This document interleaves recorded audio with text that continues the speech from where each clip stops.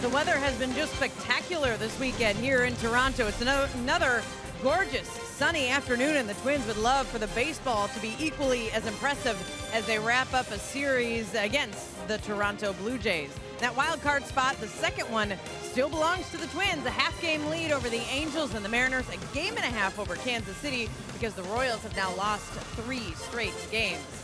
Twins baseball on Fox Sports North is presented by State Farm. Good afternoon. For the final time this weekend from Toronto, I'm Marnie Gellner. Coming up next week, we'll turn a page in the calendar, and the Twins will be playing meaningful baseball in the month of September, and that is a pretty big deal for this team. One reason why the Twins are in this position is because of the offense, which has again come to life here to start this series in Toronto. The first 2 games of the series, the Twins have scored 15 runs.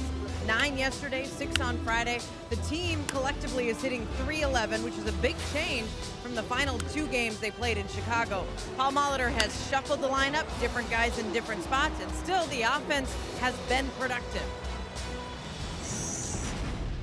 You saw Escobar last night. He's not your typical 9-0 hitter that provides power and stuff like that and extra base hits, and he got the job done for us yesterday. But like 1 through 9, there's just that continuous flow, I guess, so to speak. And when you have that, when you have a consistent lineup 1 through 9, it makes the whole thing kind of flow pretty well.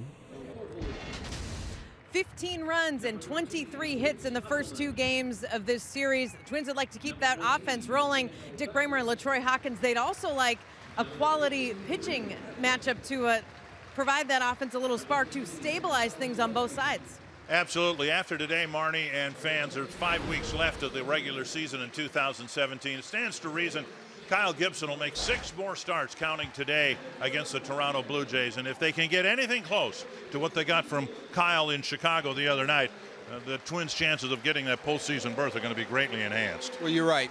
Last time out, he was just fantastic. If he can get a repeat of that and get about 5 or 6 more of those performances like he did last Monday in Chicago, you know, the Twins are going to be in a very good place. Like I said, that slider was just outstanding the other day against the Chicago White Sox. If he can make that slider strike the ball, continue to throw a lot of strikes, working that changeup, should be a good day for the Minnesota Twins here in Toronto. They'd love to finish off the road trip with a 500 record with another well-pitched game by Kyle Gibson. Off day tomorrow, then a big homestand coming up. Final game from the Rogers Center in Toronto coming up next.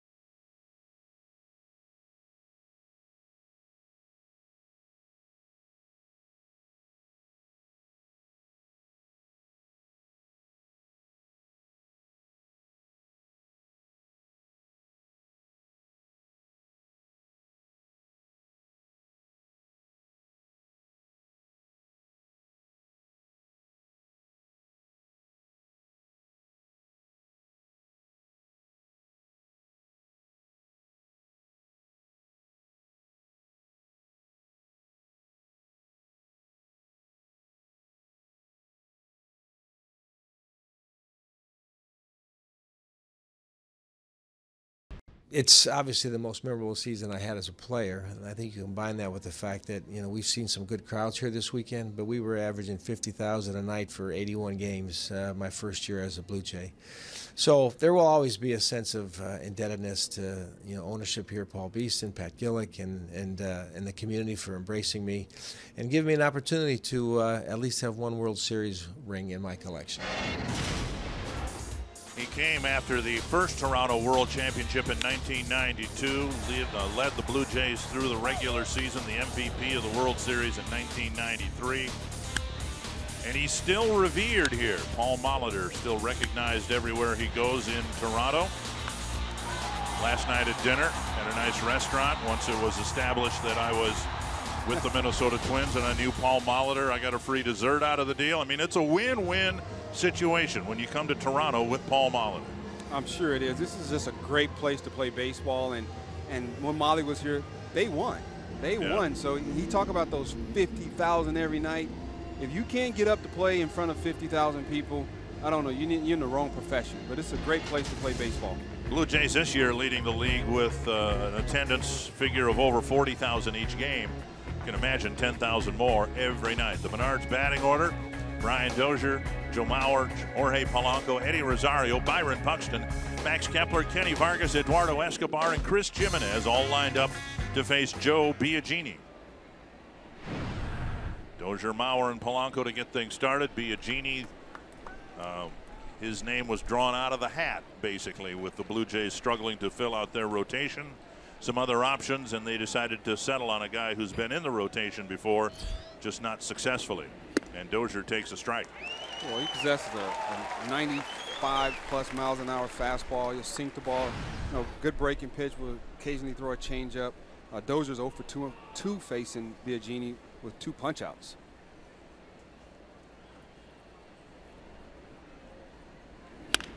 Roller to short. Ryan Goen scoops it up. 1 away. That'll bring up Joe Mauer, who's had a great series here in Toronto. And in fact, the last couple of weeks, Joe's been really, really good doing the things that Joe has done at the peak of his game. 3 hits here Friday, 3 hits Saturday, and just a few hits away from the 300 mark. He's doing a great job hitting the ball where it's pitched, taking what the pitcher's giving him. Extra base hits, getting his CNI singles from time to time. He's in a good place right now. And he's hitting second for Paul Molitor today, and back at first base. And he takes outside, ball 1.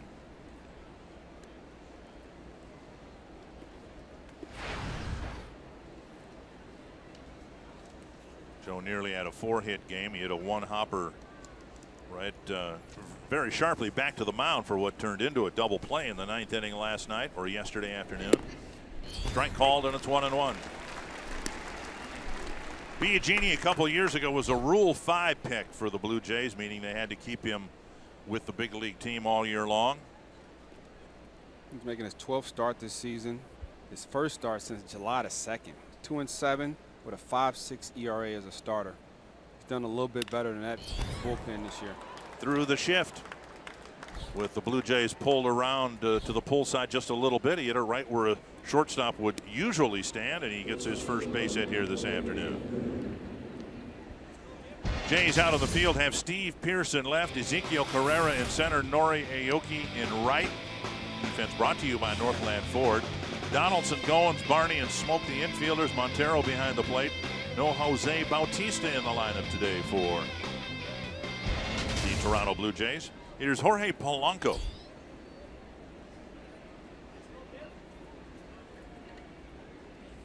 Off the plate, ball 1.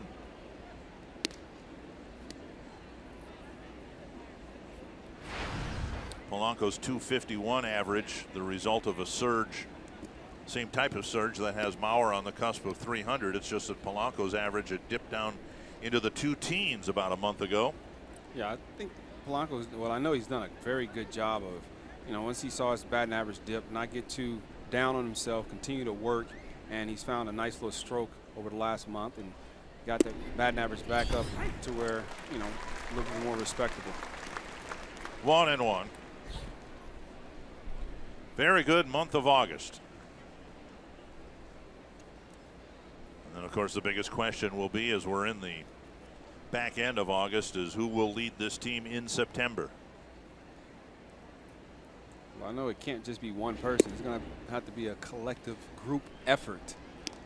Well, you were a part of a lot of good September ball clubs with the Twins and elsewhere, but that's kind of the way it is, isn't it? It doesn't really fall. One guy might be able to carry the team for a week or so, but it really takes a collective effort. Right. Just a week, like you said, but a whole month, it just can't happen. When you're on a playoff team, you got to. Ball hit to right, and that will get to the wall. Mauer round second. He'll go to third. Another extra base hit for Polanco.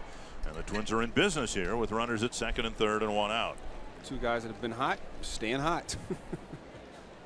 It's a fastball that, over the heart of the plate right there to Polanco, and he's been anything in the strike zone. He's had putting good swings on it. That ball should have been in, tail back over the plate right by his sweet spot. He was able to hit it hard into the right field corner.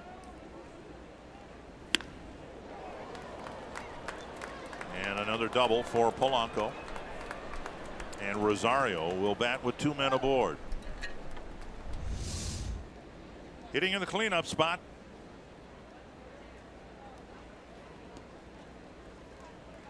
Trying to draw first blood. Over the inside corner at 95.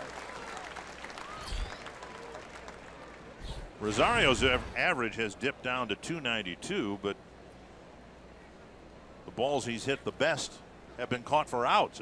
He's going through one of those cycles where the harder he hits the ball, the more outs he makes. Sharply hit. They're going to come home and try to get Mauer, and he's out. A long throw from Ryan Goins. A very smart heads-up baseball play by Gogo right there.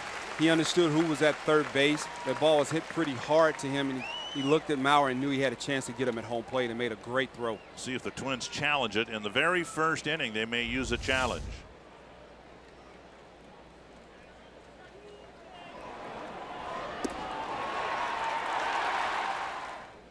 And the verdict coming here soon.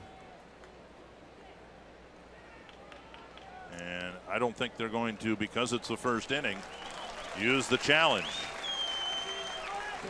Joe kind of awkwardly went into first base, ended up sliding on the fair side of the plate. That was a nice tag by Montero. So instead of second and third and one out, now they're 2 down and runners at first and second, and Buxton will try to make something out of this first inning threat. Looked like Mauer just hesitated just a second on that ball, and when he decided to go, Gogo made a great decision in going home to get him. Off the plate, ball 1. That was a long throw for Goins to make. And he didn't really get a chance to put a lot behind it, so he kind of, I won't say he sailed it over there, but it wasn't his strongest throw. But once again, he's a great baseball mind. He understands who was at third base. Buxton delivers with a big hit up the middle. Rounding third, heading home. Polanco will score, and now Rosario as the ball roll away, and he'll advance to third eventually. He nearly got caught between second and third. The end result, a big 2-out hit for Buxton, and the Twins get that first run. And that's how you're successful, when you're 2 outs, runners in scoring position, and you're getting base hits. And that was a great at bat right there by Buxton. Being able to get something to handle, and just shooting that ball right back up to center field. Set up in right there, fastball over the middle of the plate. Buxton didn't try to do a lot with that ball, just hit it back where it was pitched. Great job right there. Rosario may have been hit by the throw from Donaldson. Twins aren't done yet. Kepler at the plate, first and third. Speedy runner at first, but they've got one on the board here in the first. 2-out hitting. That's the key. Being able to get base hits, extra base hits, with guys in scoring position with 2 outs.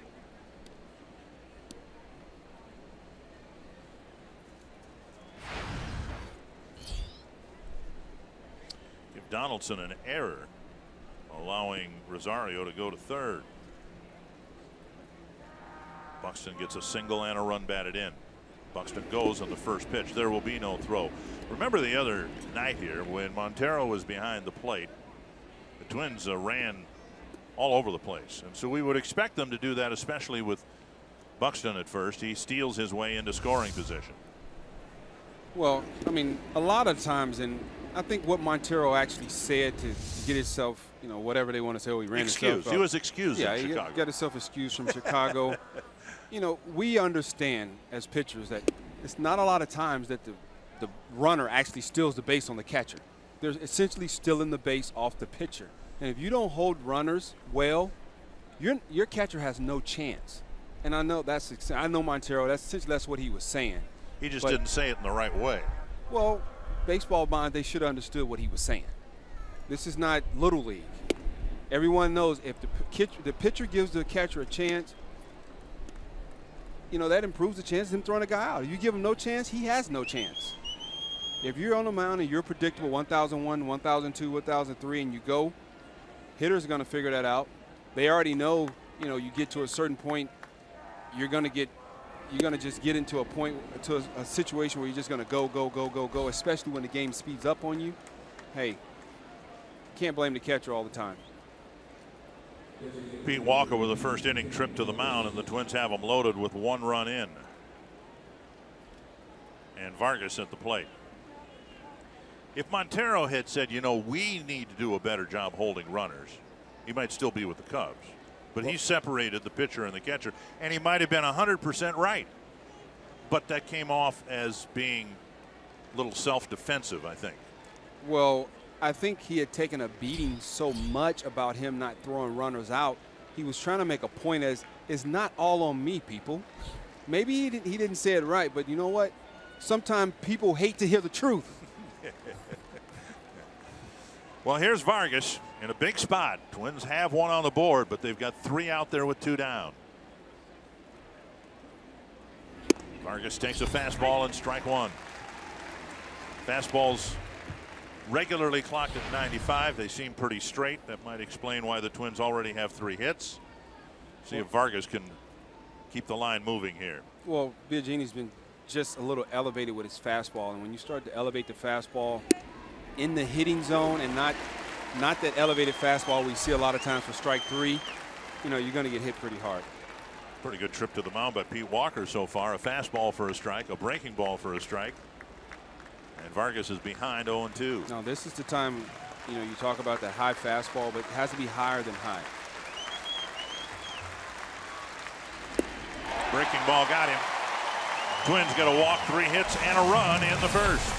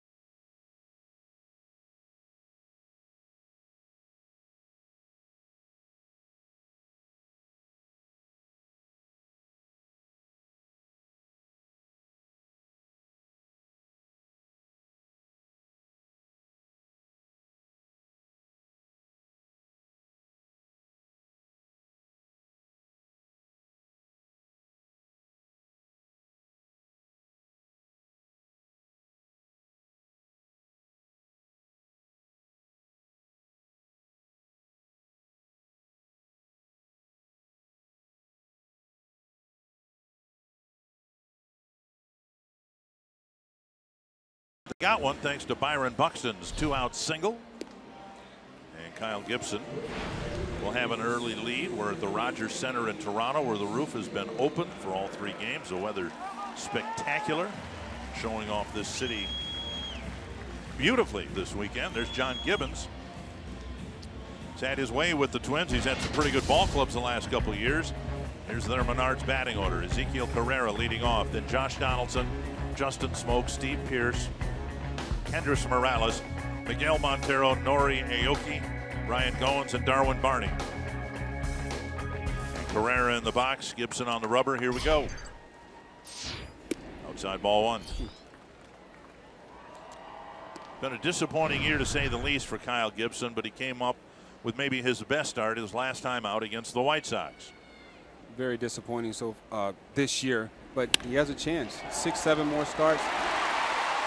Polanco can't flag it down, and Carrera starts the first for Toronto with a single. Gibby has a chance to help this team make a serious playoff push coming into the last month of the season with some big time quality starts in the next 5 or 6 that he's going to get. Northland Ford bringing you the Twins defense. Rosario, Buxton, Kepler in the outfield. Escobar, Polanco left side of the infield. Dozier and Mauer on the right side. Chris Jimenez behind the plate. And Josh Donaldson the batter. We saw Gibson get a lot of ground balls in Chicago the other night. And now a ground ball here to start the game, but right up the middle for a base hit. Once again, Ezekiel Carrera comes out swinging. He's not waiting around for you to get to your best pitch. No, he's swinging out of the gate. Fastball down the middle and a strike.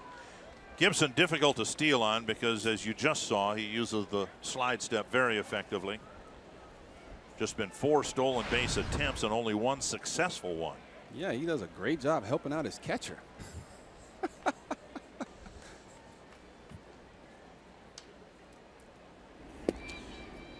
And Montero's probably in the dugout right now going, see, that's what I was talking about in Chicago.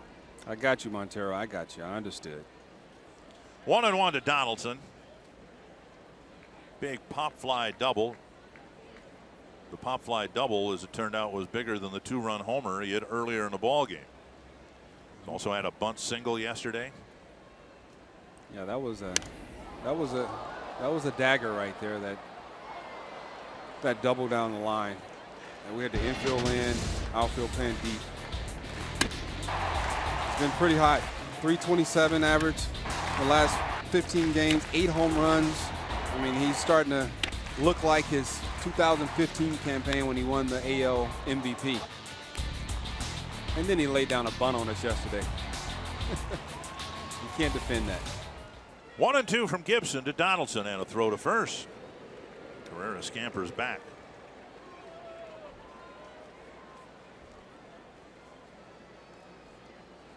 Gibson's made 4 prior starts against the Blue Jays, 1-1, an ERA of just under 5. By Twin standards, that's not that bad. Twins have given up a lot of runs and a lot of home runs to the Blue Jays over the years.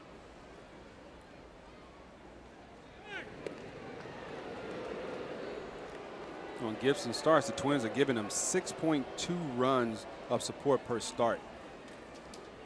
It's a lot of run support. Carrera's success rate very high, 8 out of 9.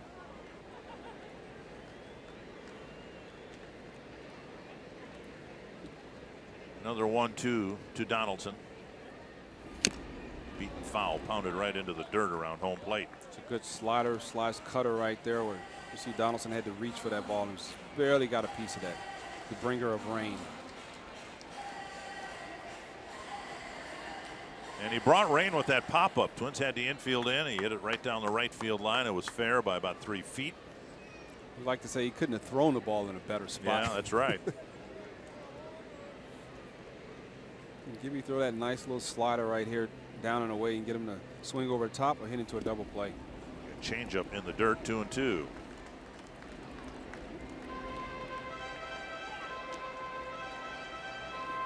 Blue Jays got off to a 2-11 start this year.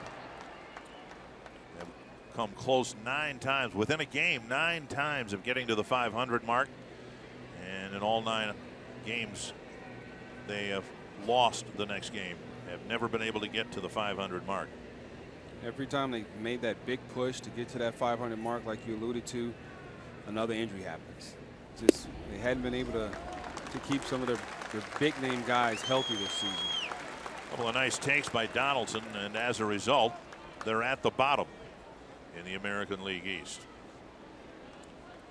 Making the playoffs as a wild card team last year. And they won the American League East in 2015. Swing and a miss. Gibson finally gets him on an off-speed pitch. That was one down. Great changeup right there. We talked about that in pregame. If he can throw that changeup to some of the right-hand hitters looking like a fastball, get them, off balance, out front, losing some of the power. A great pitch by Gibby.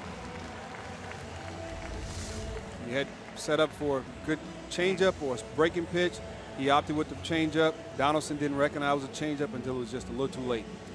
Really good spot right on the outside edge. See that he knew he was fooled when that other hand came off the bat. It's a good pitch right there. Justin Smoke will bat.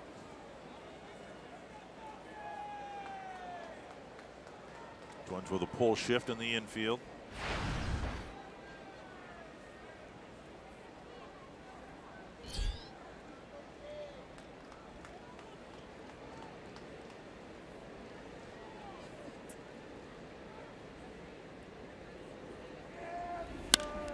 To left, hit right at Rosario. 2 down. And let's find Marty Gellner.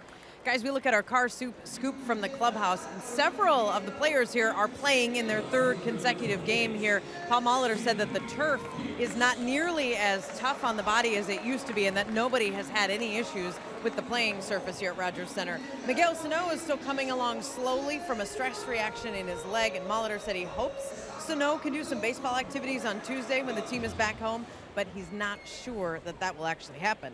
Hector Santiago and Adalberto Mejia are probably headed to Rochester by the middle of next week to pitch. And Dick and LaTroy, that's a significant step in the rehab process for both Santiago and Mejia. Yeah, we'll get those guys back, for the September push. I mean, all arms on deck because we're going to need it. We're definitely going to need their help with the push. Steve Pearce hitting cleanup. Meanwhile, there's a scenario out there, and Paul discussed it again today in meeting with the media. There's a scenario out there that whenever Sano comes back, up the middle, Dozier makes the play and throws to first. There's a scenario out there that Sano will be limited to DH duties, which will complicate things for the rest of the roster.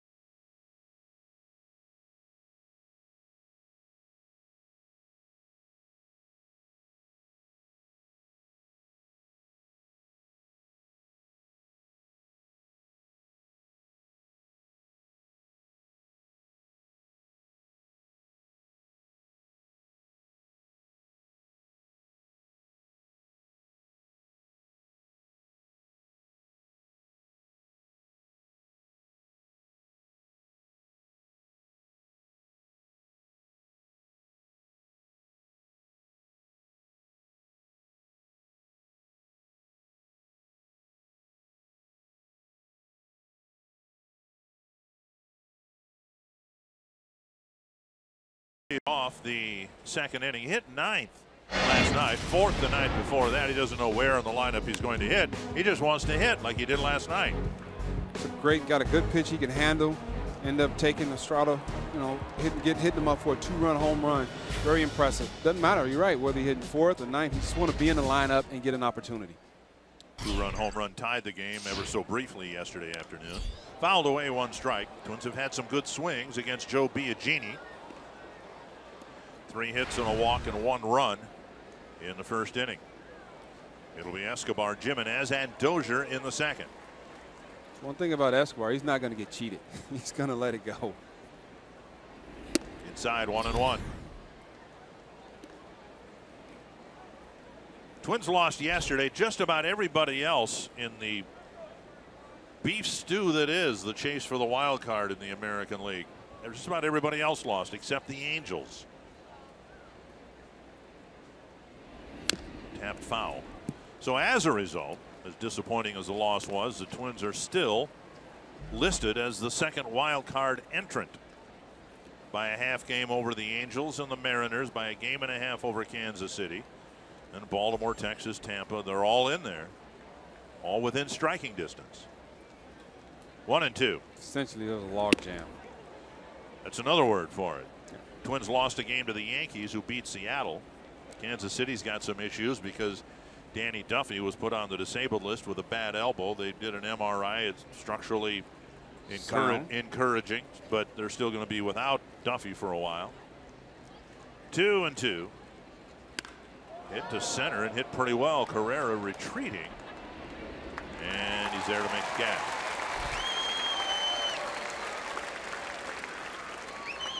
Can you explain something to me?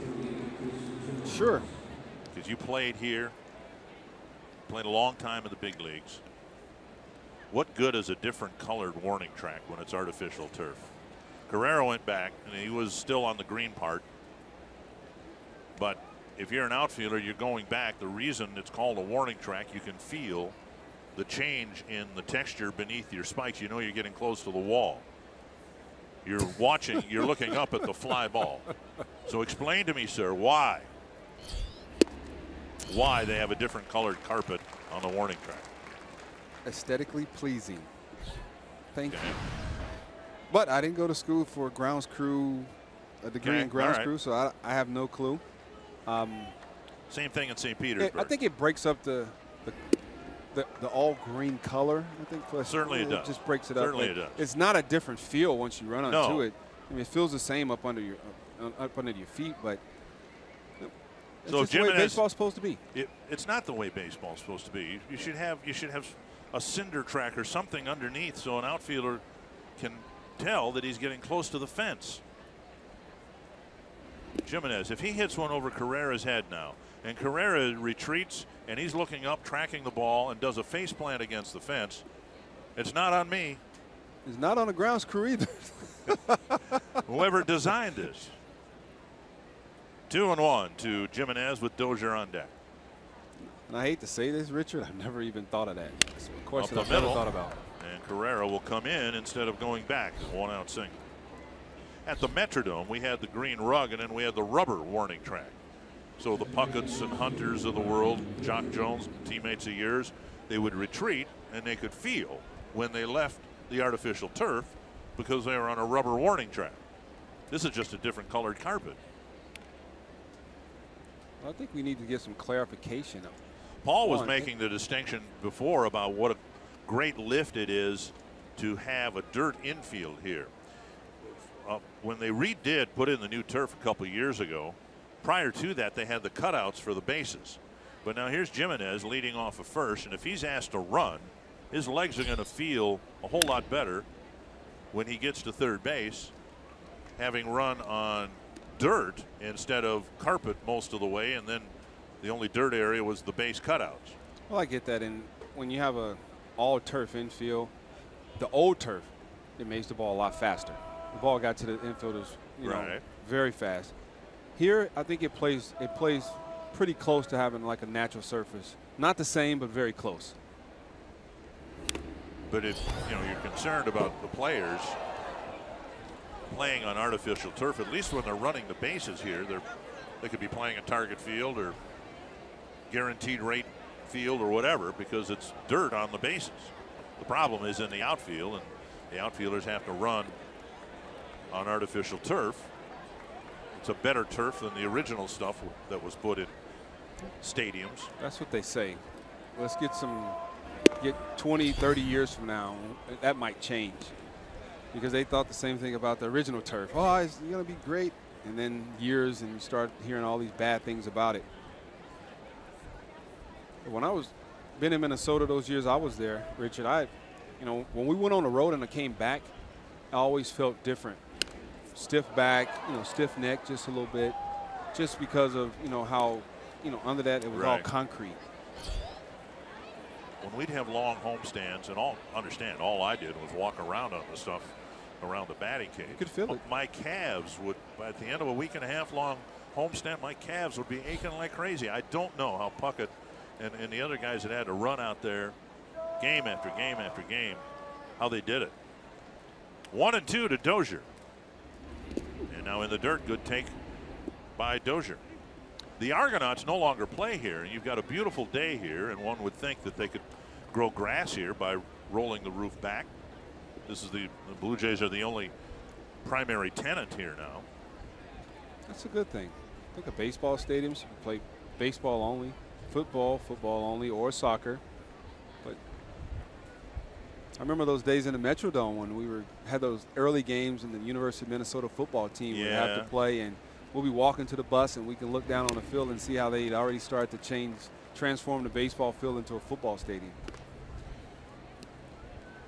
The biggest issue here in putting a natural surface might be drainage, but one would think that could be easily fixed. You rip everything up, put a drainage system underneath. Well, sounds not like a very expensive job at all. Go to Menards or whatever the Canadian equivalent is. You get a nice big pump. Swing and a miss on a pitch up and in. Dozier had a long at bat, ending up in a strikeout, 2 down. And today's cold hard fact brought to you by Clean Crisp Coors Light.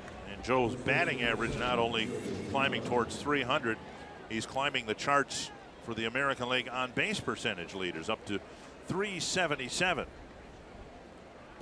And that's been his game, of course, in his best years, an on base percentage up there where Altuve's and Judge's are this year. Single to left his first time up. Swing and a miss. Joe's been doing that whole on base percentage thing for a very long time. When he won the league MVP in 2009, an on base percentage of .444. Wow. Batting average was .365. Hit all the home runs, 28 of them. 1 strike with Jimenez at first and 2 down. And an off-speed pitch taken down and in. And Maurer and Morneau in that lineup. And both left-handed hitters, obviously, and they hit consecutively regardless of whether it was lefties or Cliff righties Lee pitching. Pitching or whatever, because they both hit lefties awfully well.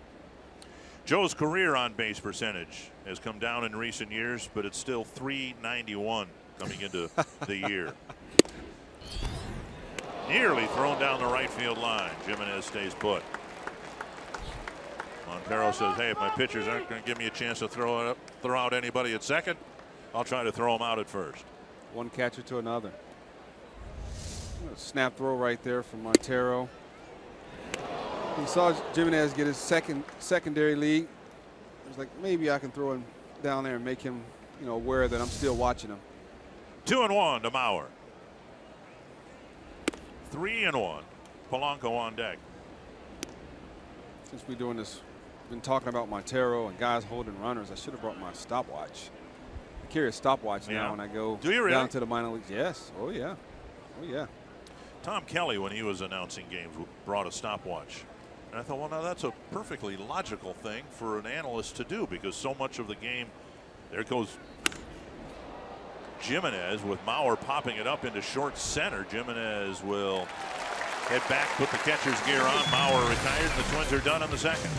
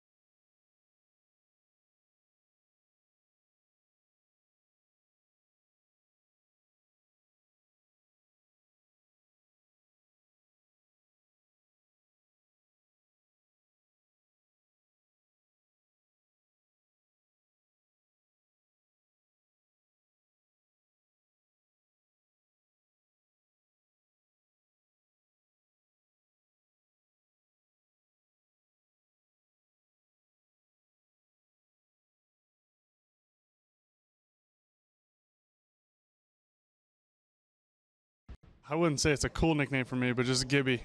Pretty generic. Somebody called me Gibby the other day, and it was a fan or something, and they were like, is that okay if I call you that? I was like, I haven't been called Kyle in about 10 years, so I just figured I probably ought to just go by Gibby. And a natural. I think everyone who's played baseball, who's had the last name of Gibson, has been known as Gibby, Bob Gibson. Kirk Gibson. Here's Kendrys Morales. I think next year when the players do the players weekend, I think you'll definitely see guys get just a little bit more creative with what's going on. I think they didn't have a real understanding exactly how this weekend was going to turn out, and how creative they can actually get. I thought I was going to see a guy with "He Hate Me" on the back of his jersey, like from the ex-football league. Bounce to the right side on a 2-0 pitch. Dozier covers it. One away. Let's get today's showstopper from Marnie Gellner. And it comes last night in St. Louis, where the Cardinals hosted the Rays. It was 4-4 in the bottom of the 9th inning when Tommy Pham hit a Pham Bam out to center field, a walk-off 2-run home run. That gave the Cardinals the win. It was the 4th walk-off home run of the season for St. Louis, the first for Tommy Pham. And in that, Marnie, it's a break for the Twins. Tampa Bay still kind of in there. They're 3 games below 500, but the Twins have 3 games left with the Rays. That's something I'm sure they're looking at as they're looking up at the Twins and others. Missing inside, ball 1 to Miguel Montero. I just got confirmation from Rodney McCormick, our home clubhouse guy, and he said Molly didn't get a shirt. He didn't have anything on his shirt, which is cool. But what more could he have gotten besides Molly? Right. Well, the assumption is that the Players' Weekend will return next year again, right? Yes. I mean, I don't. It should. You weigh the pluses and the minuses, and I don't know what the minuses would even be. And some players have enjoyed it. It's been a novelty. The ball driven to the gap. Buxton over. He won't get there, and the ball bounces high and past him. And Montero will go to second with a double. A very well hit ball, but again, the turf here might not be as springy as it used to be. But that ball still took a very high bounce and took it out of Buxton's reach. He might have had a chance otherwise to get that first hop and perhaps hold Montero to a single. Buxton was racing over there. Fastball right here, out and over. Montero just drove it right where it was pitched. And when Buxton initially took off after the ball, he was going to cut it off, and he checked up on him and bounced over his head, and he had no chance to get Montero at second base. Runner at second, 1 down, and now Aoki. I think a lot of the bounce has a lot to do with what type of spin the ball has. Like that ball yesterday that Donaldson hit down the line, the double, had some funky spin on it. It spent back towards infield instead of bouncing towards Kepler. This is the type of turf, by the way, that the Metrodome had before the Twins left. I think the Vikings replaced the turf for football only after the Twins left for Target Field. Base hit center field. Buxton will charge. They're going to wave the runner around. Buxton comes up firing. Throw to the plate is save. Montero ahead of the tag, and we'll see if the Twins take a look at that one. They had a runner thrown out at the plate in the first inning. Buxton with a perfect throw to the plate, and we'll see if the Twins challenge it. Looked like a very good slide right there for Montero. He went towards the back of the plate. He understood. I don't know that Jimenez even tagged him. No. A lot of times when guys slide into the base, or on home plate particularly, their front foot, their lead foot always goes over the bag, and they usually touch it with that back foot. Significantly, Aoki did not go to second. He's still at first after the RBI single. And now Goins pulled to right, a base hit. And Aoki will only get to second base. Buxton's throw looked like it would have cleared the cutoff man, and Aoki could have gone to second, but he didn't. And advances there on Goins' single. 3 straight hits now for the Jays in the second. And now Darwin Barney. Montero with a double. And then the ground balls that have found holes. And Gibson needs a ground ball hit at somebody to keep this a 1-1 ball game. You get situations like this, and you already have 1 out. You got a man at first base. Old cliche, you would say he's 1 pitch away. 1 pitch away. 1 ground ball to an infielder away. He's got 17 ground ball double plays, and Barney takes strike 1. Good first pitch fastball right there.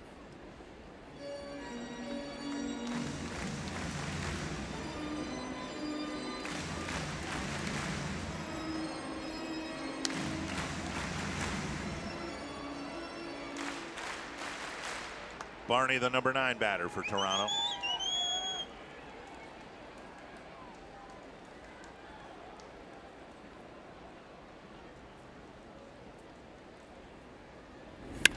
There it is.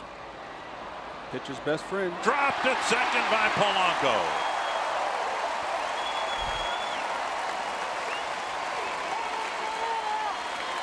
A backflip from Dozier that was on target.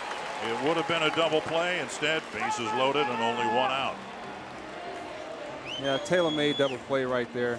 Just got what he needed, a ground ball right to Dozier. Only had to take a couple of shuffles to his left. Backhand foot Polanco. It's a little loss of concentration. Didn't see the ball completely into his glove, and I think he took a peek at the runner right there.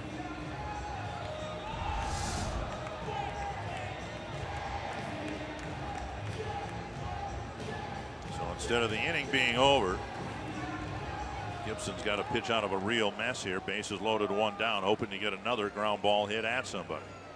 Carrera, single to center, his first time up. Still 1 pitch away.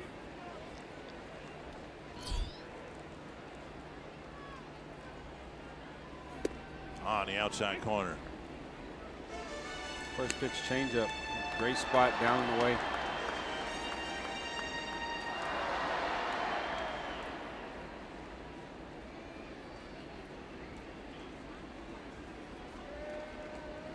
That right there, not getting that double play, not getting an out right there, that just opens up a whole nother can of worms of giving Donaldson a chance to hit with runners in scoring position in this inning if he doesn't get the double play right here. Well, he's got Carrera behind in the count, 0-2. Even across the board, 1 run, 4 hits, 1 error for each team. But a second inning opportunity for the Jays that they should not have.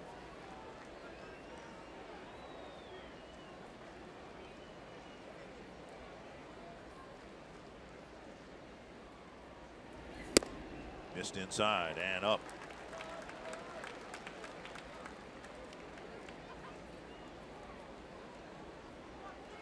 Good hard 4-seam fastball right there. Didn't let it leak back over the plate. He was going in and he missed up and in.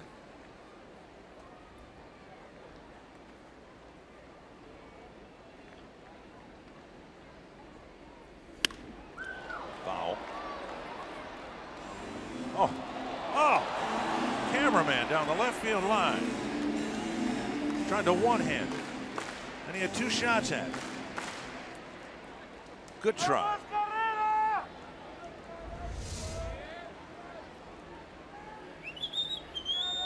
Brendan is his name, and he had 2 shots at it. Brendan, you eat with those hands? 1-2 from Gibson to Carrera. I'd like to see a slider at his back foot right here. Pulled foul. Something he can swing over the top of for a punch out.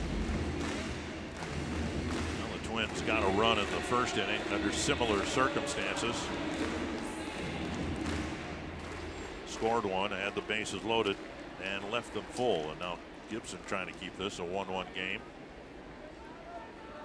And the Jays thinking otherwise.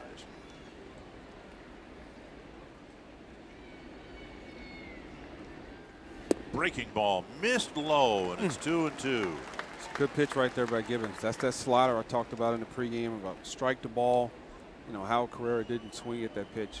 Where was this pitch? Had plenty of the plate. Todd Tishner is the home plate umpire.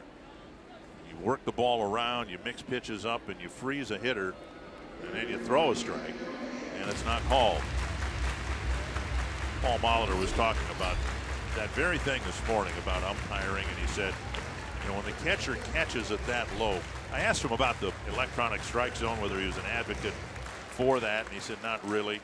He says there have been pitches that traditionally are never, very rarely called strikes, just like the one Gibson threw. It's in the strike zone at the front of the plate, but the catcher caught it with his glove in the dirt. Pulled foul, hit hard, but foul. I like to say where that ball crossed because it was a breaking ball. So at the front edge of the plate, it was in the strike zone, but because of the break, the catcher caught it with his glove on the ground. And he says traditionally that has not been called a strike, even though it intersected with the strike zone.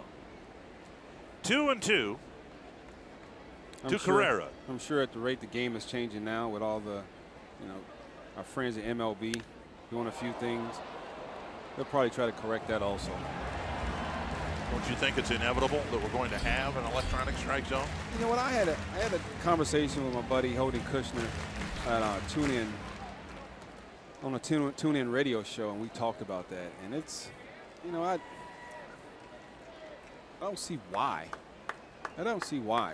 You know, having the umpires out there is like the last thing we have to keeping the human element part of baseball. Grounder to second. Dozier to Polanco. Double play.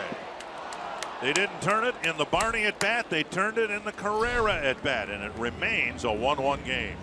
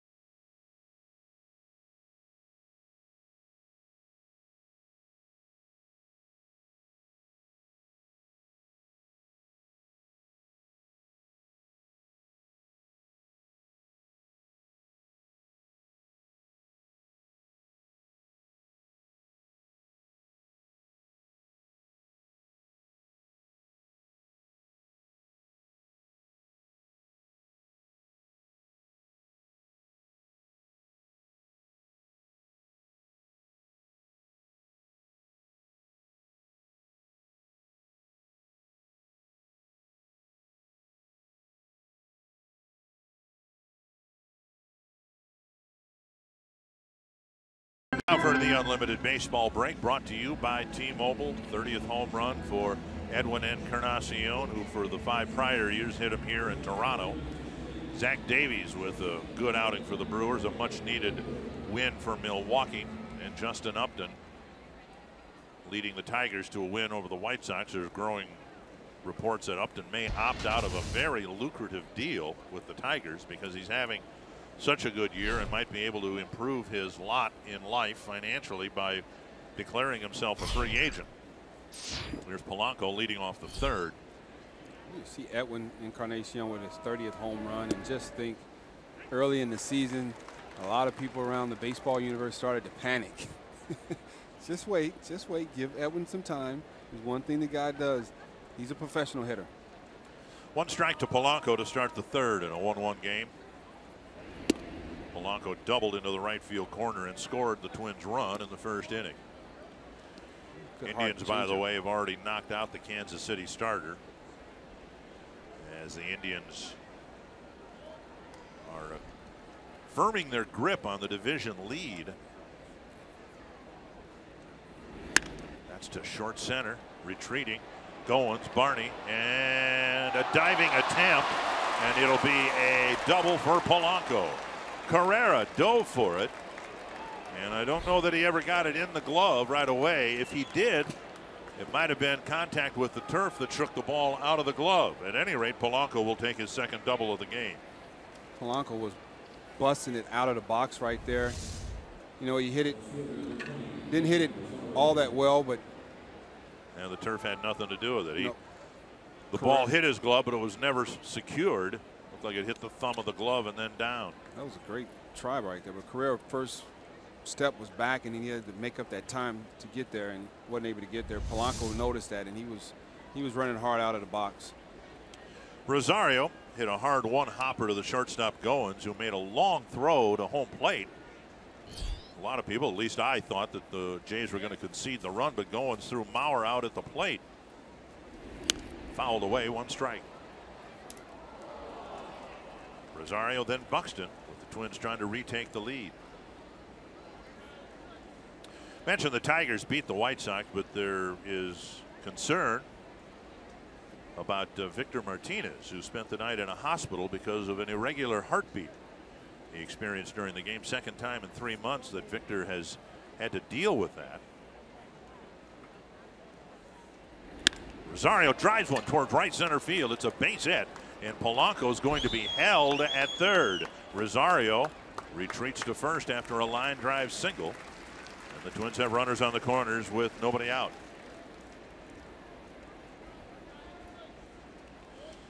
So our Sanford Health injury report.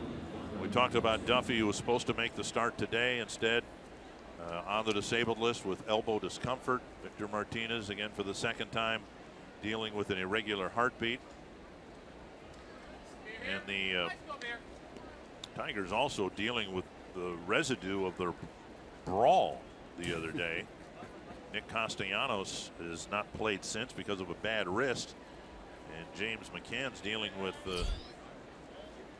some headache and concussion symptoms. Buxton takes an off-speed pitch, low for ball 1. McCann wasn't concussed after his next at bat after getting hit in the head because he hit a home run. They're calling it latent. I get it, yeah. Yeah, and I'm not making fun of that, but I like how he came back his very next at bat and went way back. 1-0 to Buxton. Drove in the Twins run with a single to center. So the guys, have they started serving their suspensions? The players have all decided to appeal theirs, and that's what we were talking about. Yeah, right. But you want to appeal it. Let's get the appeal out of the way and have it ruled right away. I think it. There's no way they should be serving the suspensions after the rosters can be expanded. The teams need to be penalized somehow, in my mind. You can't be penalized when you get a chance to bounce to third. They'll come home. Polanco hung up, and he's trying to stay in the rundown, and he will do so successfully. Safe at third. Buxton to second. All right, they got the out. Rosario went to third, which allowed Buxton to go to second. So second and third, one down on the one hopper to third. Let's take a look at today's State Farm combination. And the Twins have spread it around with Dozier, Kepler, Rosario, and Buxton hitting a bunch of home runs since August 6th, which has helped make up for the loss of Miguel Sano. Yeah, swung the bat extremely well over the last couple of weeks. A lot of home runs, But the good thing is the last couple of days they hadn't been totally dependent on the home run, and they've been putting guys on base and knocking them in with the singles and the doubles. Big at bat here for Kepler. The Twins only got one run out of the threat they put together in the first inning. Now a double and a single and a chopper to third. Blue Jays got the out. The Twins have two speedy runners out there for Kepler. We make a highlight of the mishandled ball by Polanco, and then the very next play he was able to concentrate, focus on getting it and making a strong throw because Carrera was running to first. And right there he did his job. he made sure he stayed in that rundown long enough for each runner to advance to the next base. And that's a pretty good heads-up play by Polanco right there. That's like a productive out. 1-0 to Kepler. Inside, 2-0. You want the scoring of that play? 5-2, 5-1, 6-2. Nice.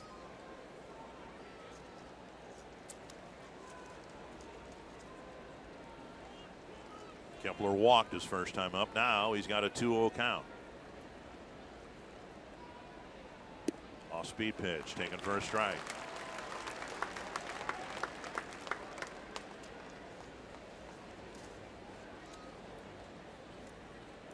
Yeah, talk about those suspensions. Joe Torres gave out the suspensions. And we know his love affair for the Yankees. Maybe that's why Betances didn't get any games. 3-1, a base open, and Vargas on deck. And I understand that they say, oh, it wasn't on purpose. But what was going on in the game at that particular time, it didn't matter whether it was on purpose or not. It happened. See, I've hesitated to bring that up because you were a pitcher. But I think there ought to be an automatic suspension anytime somebody gets hit above the shoulders. You get hit in the head, the pitcher's suspended. Intentional or not, Kepler draws a walk and the bases are reloaded. Can't be appealed. Well, I'm glad you had. I wish you wouldn't have brought that up at all. But let's go. Put your boxing gloves on, Richard. Let's go. Let's box. Well, but you don't agree, obviously. No, not at all. I mean, you can. I mean, sometimes the ball does get away. Right. But in a situation like if the ball gets away from you, then you have to take the consequences because of what happened before you got in the game. And I'm a pitcher, like you said. I understand that. If it was me, I would completely understand. You cannot suspend that guy. Can't do that. That's setting a bad precedent. Vargas chopped it foul. He struck out with 2 outs in the first inning, leaving the bases loaded. And now the big man will be asked to at least get Rosario in from third. Of course, he's a strikeout candidate. He's a double play candidate. But he's also a home run candidate.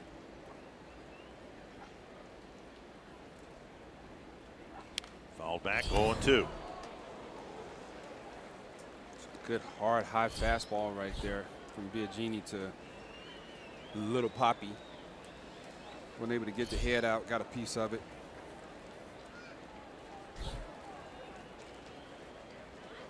As we've detailed, a better left-handed hitter than right. And this is a big at bat. Behind in the count, 0-2. And Montero wants to talk about it. Vargas hitting .268 from this side of the plate. 8 of his 9 home runs. But despite his success, 143 at bats from this side of the plate and 41 strikeouts.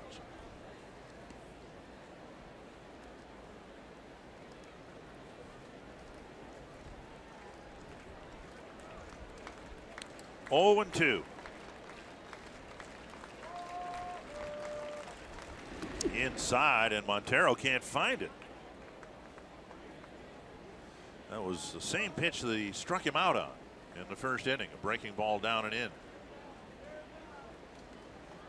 It's one of those breaking balls that Biagini had convinced himself he wasn't going to hang. He was going to make sure he buried that ball at Vargas's back foot, and he was able to do it. And good thing Montero was able to block that ball. Sharp, quick break. Up high now, 2-0. Indians have opened up a 12-0 lead over Kansas City early in that game. Sound like they knocked out the starter and the second guy. Inning, yeah. And the second guy. God, I remember those days. Some tough days. 2-2 to Vargas. To left, and it'll die for a base hit. 1 run will score, and the second run will score, and Vargas flares one to left. Rosario and Buxton both come in, and it's 3-1. Good old jam shot right there by Vargas. 2 RBI base hit. And that'll bring up Escobar. Just put it in play. Good things will happen sometimes. 1-2 fastball, set up in on him. kind of beat him just a little bit, but was able to push that ball into left field for a two RBI single. And again, the springiness of the turf. Pierce coming in, and he had to wait for the ball to come down on the bounce, and Buxton's speed allowed the second run to score. First and second, still some meat on the bone out there for the Twins. Escobar hit a fly ball to center his first time up.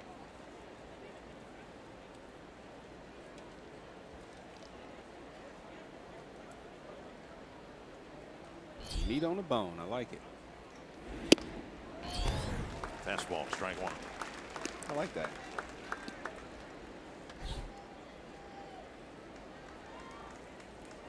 Twins with 7 hits.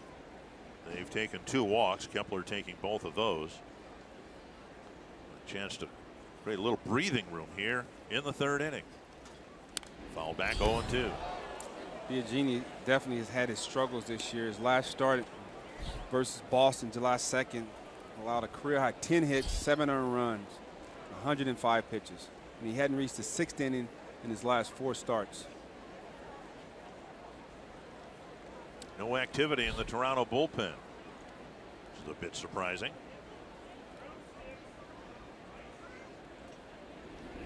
Pitches up, 1-2.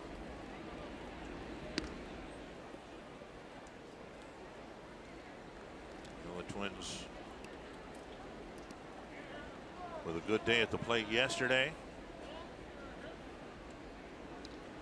A couple of big home runs with 2 outs,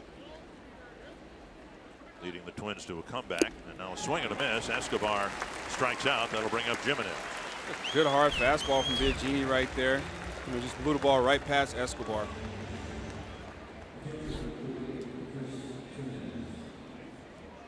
And you can look at Biagini. He's letting it eat. He's falling off to the first base side of the mound.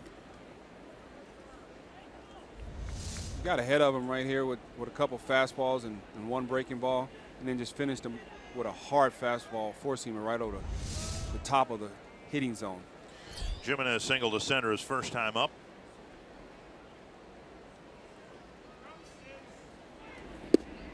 Down and away, ball 1. You're aware that announcers up here make calls from time to time, and the calls that we make are never remembered unless they're right. I got a home run call here for Jimenez. Nice. There's no penalty if you're wrong. Up and in, 2-0. Michael Kadire was inducted into the Twins Hall of Fame last week. I revisited a call I made when we were at Safeco Field on a 3-0 pitch. I said Kadire was going to hit it out, and he did. That one is kept on YouTube. The hundreds of other calls that I make that don't come true, never hear about them again. So I'm calling a home run here. And on this 2-0 pitch, let's go, G. Jimenez is going to hit one into the Toronto bullpen. Perfect count to do so. On this 3-0 pitch, Jimenez is going to hit one into the Toronto bullpen. Now, if he walks him, I get a pass, right? Sure. Okay. Sure. Dozier's on deck. If he gets on base, you get a pass. Error, whatever, as long as he gets on base. Prolongs the inning. And he walked him on 4. They're reloaded now for Brian Dozier. There's some activity in that pen, but it won't help Biagini out in the Dozier at bat. You can commemorate the inaugural Players Weekend August 25th through August 27th with limited edition Twins jerseys and tees featuring player-picked nicknames. You can wear the gear the players have worn on field this weekend. Available while supplies last at MLBshop.com. Dozier's 0 for 2. Gonna get you a T-shirt, Dick? Got so many T-shirts. I know. I feel the same way. Maybe if I get rid of a couple, then I'll get one. But too many T-shirts. One of the left-handed relievers, Dermody, is warming up, but Dozier's in a spot here to bust the game wide open. Bases loaded, 2 away. Up, ball 1.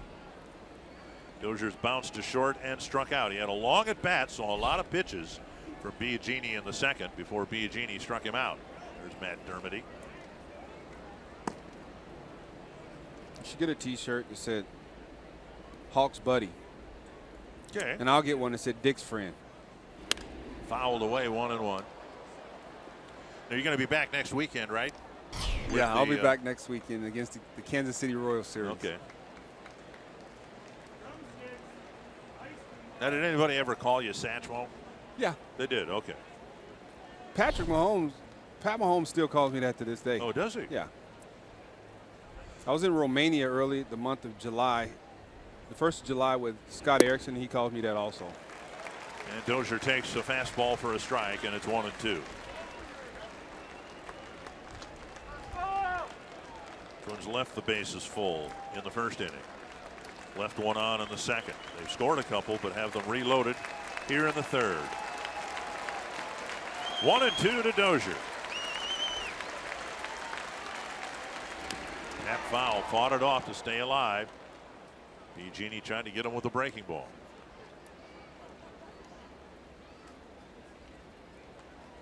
Pretty good. Not so good, 1-2 fastball right there. I mean, 1-2 breaking ball.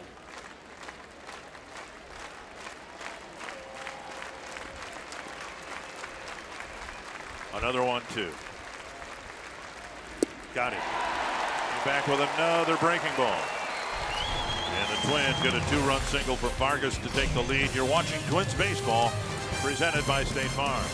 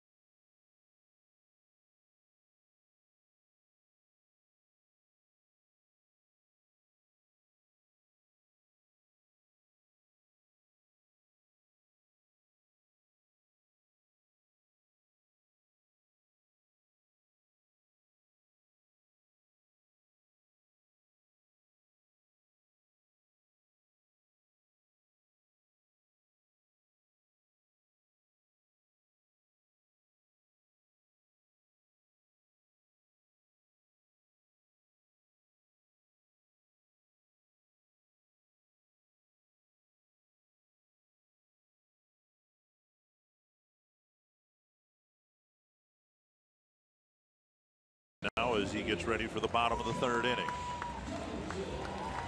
He'll face Josh Donaldson with the bases empty. And even though it was just in the second inning, that Gibson was able to get a second ground ball to get a double play turn behind him. So that Donaldson would lead off the third inning. Might have been one of the biggest double plays Gibson's had turned behind him. It was a huge play right there. Strike on the outside corner.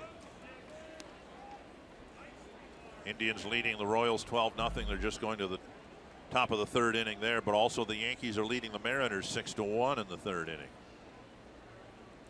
A lot of runs being scored this Sunday afternoon. Andrew Albers, the former Twin, starting for Seattle, getting roughed up. Line score here says the Mariners have committed 5 errors in 3 innings. Ouch. It's not good when you give good teams, or any major league team, 4+ extra outs in an inning. 1-1 to Donaldson. And now 2-1. The last at bat, the first inning against Donaldson, Gibby made some very good pitches, ended up striking him out with a good, very good changeup, and had Donaldson fooled right there. But Donaldson's a good hitter. He put that in his memory bank, and if he tries to get him out with that again. Inside now, 3-1. That's a good pitch right there. keep Donaldson honest, keep him from diving over that plate. 36 pitches, and I'm guessing 30 of them have been from the stretch. Gibson gave up a leadoff single in the first, a 1-out double in the second. Now he's in danger of walking Donaldson to start the third. Fly ball down the right field line. Kepler chasing it, but it's drifting back and out of play, 3-2. So now Donaldson, in the back of his mind, maybe in the front of his mind, is thinking about that breaking ball that Gibson threw him on 3-2 in the first inning. Changeup. Think about that changeup. And I wouldn't mind seeing it again right here. You're gonna have to recognize it's a changeup awfully early.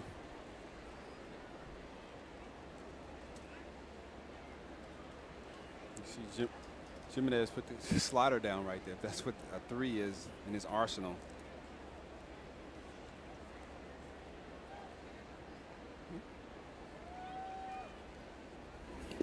And he bounced it. And Donaldson takes a walk. And that'll bring up Smoke. Smoke with a fly to left his first time up. Jumped on the first pitch. And he's having a phenomenal year at the plate and in the field. He's hitting everything in sight from both sides of the plate. 35 long balls this year, 82 RBIs. I mean, he's having a fantastic season. So not the guy you want to walk someone in front of, but that's what Gibson's done here in the third. And they've got him picked off. Donaldson picked off first. 1 down. Small things in the game right there. That's a big play. You know, guys, I mean, you've heard people talk about Gibby and how the season that he's having, but he does do the small things. That was a quick feet right there. Great throw. He caught Donaldson out there bouncing, trying to time him. It's a good heads-up baseball play right there. Gibson's second pickoff of the year. 1 down and Smoke with the bases empty. Side ball 1. So looking at Gibson with men on base, he's allowed 1 stolen base all year and picked off 2 runners. That's a pretty good ratio. It's Montero's dream. To center, and Smoke gets a base hit. Oh, 1-out single will get Pierce to the plate. Stretch it out at Target Field. Yoga Night's coming up Wednesday, September 6th. It features a 1-hour on-the-field yoga class taught by Core Power. The event tickets include a Twins branded yoga mat, Twins game tickets, and a donation to the Twins Community Fund. You can get your tickets today at twinsbaseball.com/yoga. You and me? You ever done yoga? Yes. Yes. Been a long time, but if you go, I'll go. Well, and I'm thinking about it. On the field, so it's got to be necessarily, I'm guessing, after the game, right? Or before. Well, batting practice and other stuff going on. Of course, now Wednesday.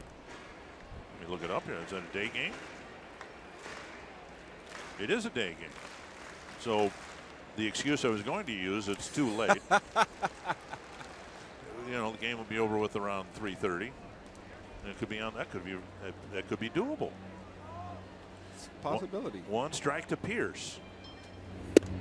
And now 2 strikes. We have to wear spandex. Well, you wear spandex. I wear my Lululemon. Your what? Lululemon. I'm not sure I want to see you in yours or me in mine. 2 strikes to Pierce with Smoke aboard and 1 out. Just missed inside. 1 and 2. So far, Gibby's following the game plan that they had. Good fastball right here. He's already told himself if he's going to miss, he's going to miss closer to the body when he goes into a lefty or righty. The pitch was just off from being called a strike.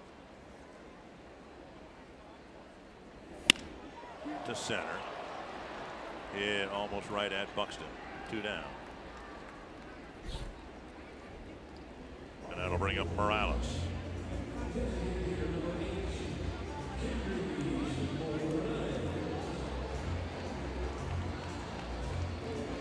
Morales hit a ground ball to Dozier to lead off the second inning, his first time up.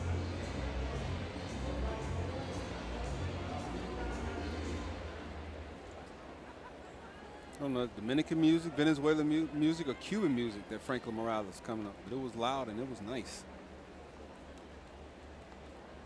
Genders from Cuba. And he takes a fastball for strike one.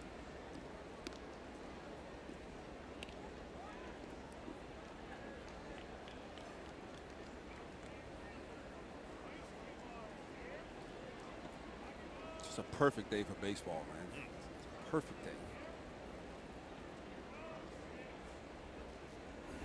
Up high, 1-1. Other than the rain we had in the doubleheader, short delay on Monday, weather's been pretty good on this road trip. It's supposed to be fantastic for the homestand. I checked the extended forecast Tuesday through Sunday. It's supposed to be just gorgeous at Target Field. Can't wait. Up high, and it's 2-1. 47 pitches for Gibson, trying to wrap up shop here in the third inning.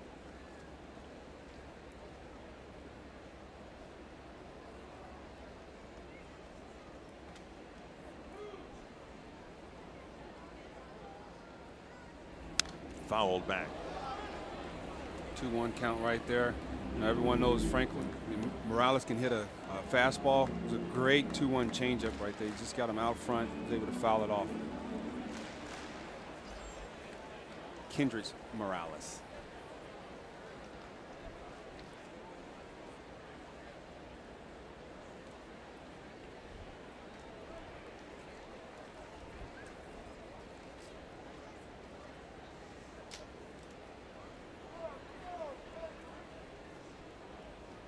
Breaking ball over for strike two. Strike three, I beg your pardon. And the inning ends. Leadoff walk does no damage, and the Twins still lead 3-1.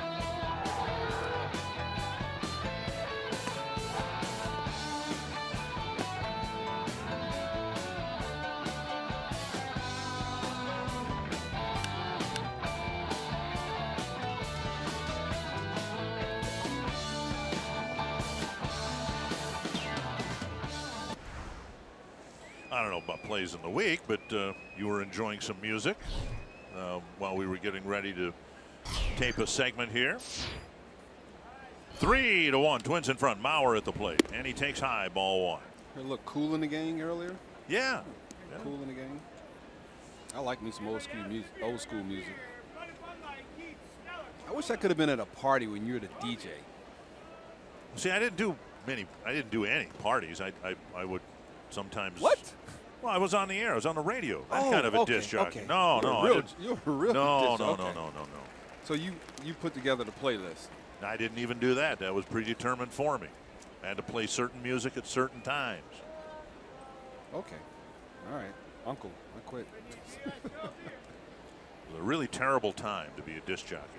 Disco was just coming out. 1-1. Mauer drives it to right field. He's got his second hit, and the ball goes over the head of Aoki and to the wall. Mauer around second, and he'll go to third. And Aoki got trapped in his own ballpark with the springy turf. Mauer, on what should have been a single, instead gets a triple. Been talking about that turf so far this afternoon, and you saw it right there. You know, thought he had a chance at it at first, then he had to put on the brakes, and it took that big hop over his head. This ball was hit pretty hard by Mauer on the line. Aoki thought he had a chance at it, then he pulled up, and the ball took one of those bounces. Didn't short hop, doing right over his head. Well, this is just his 12th game for the Toronto Blue Jays. And now swing and a miss by Polanco. Infield in here, and the Twins got to get Mauer in, and then some here.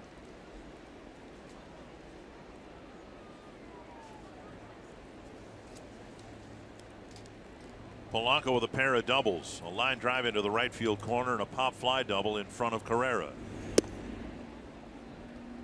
1-1. Back-to-back changeups right there to Polanco from Biagini. You know, first when he had it down in the zone, fading away from the left-hand hitter, and Polanco swung over the top of it. That one, you know, he floated it up there and just didn't do what the first pitch did. Chopped up the line foul, 1-2.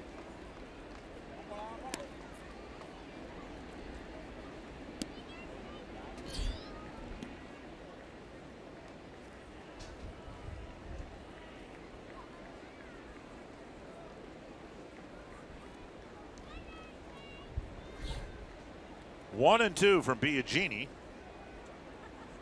to Polanco. Anything hitting the infield, I don't think. Fouled away. I don't think Mauer's going to be going on contact.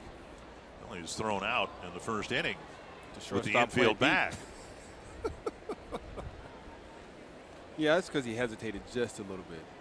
Right, in that situation, when you say going on contact, I mean when the ball's going through the hidden zone, you have to be breaking towards home plate.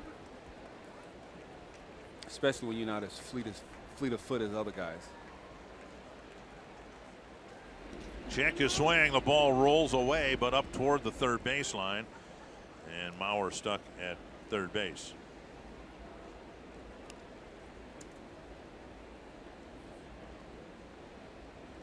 Good block by Montero, and that pitch was in the dirt. No runners advanced.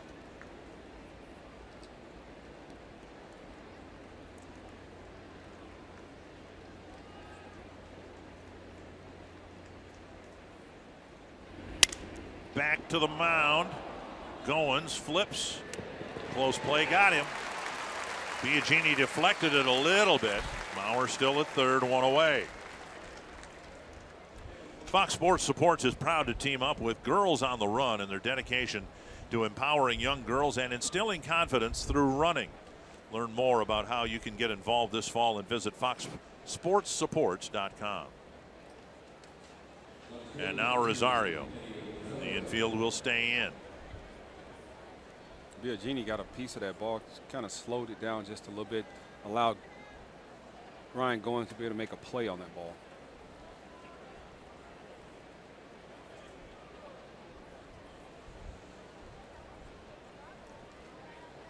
Rosario trying to find some outfield turf. Up and away. Twins are leading 3-1, but they had a chance to do more damage in the first, left the bases full. Chance to do more damage in the third when they scored a couple. They left the bases full. Now trying to take advantage of Mauer's triple.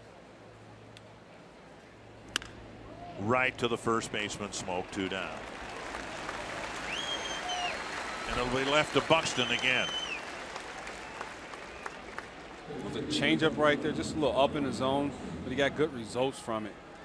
Got Rosario just out front, got around the ball, lazy ground ball to Smoke. Mauer had no chance of advancing to home on that. Theme for seems like way too many losses in the second half of the year was the Twins didn't do enough early. See what Buxton can do with 2 down.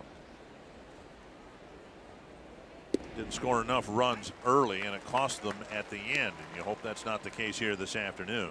Buxton delivered a 2-out RBI single in the first, and then bounced into a fielder's choice, reached on a fielder's choice, later scored in the third. Drive to left. Pierce back. It is gone. A home run. Buxton with another big 2-out hit. And the Twins lead it 5-1.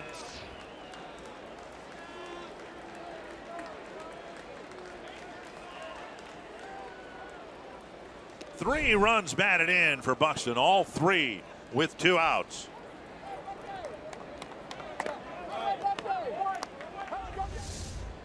Just a hanging breaking ball. He's gotten a couple of those breaking balls for the last couple of days. He took them for strikes. That one right there he liked more than those other ones. Put a very good swing on a line drive and continue his hot month of August. Where did he hit that ball, Latroy? In the bullpen. In the bullpen. Jimenez didn't hit one there, but Buxton did. 5-1, and the Twins will hit against the Toronto bullpen, enjoying a 4-run lead.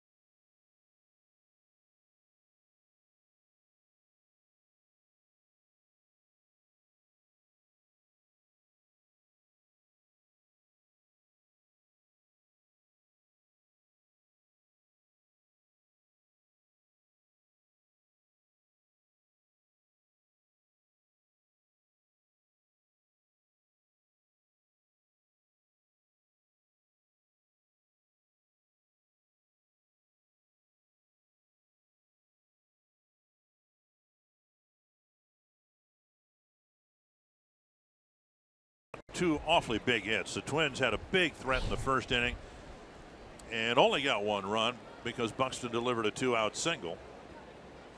And now a 2-out 2-run home run here in the fourth. And Aaron Loup comes out of the Toronto pen with the bases empty.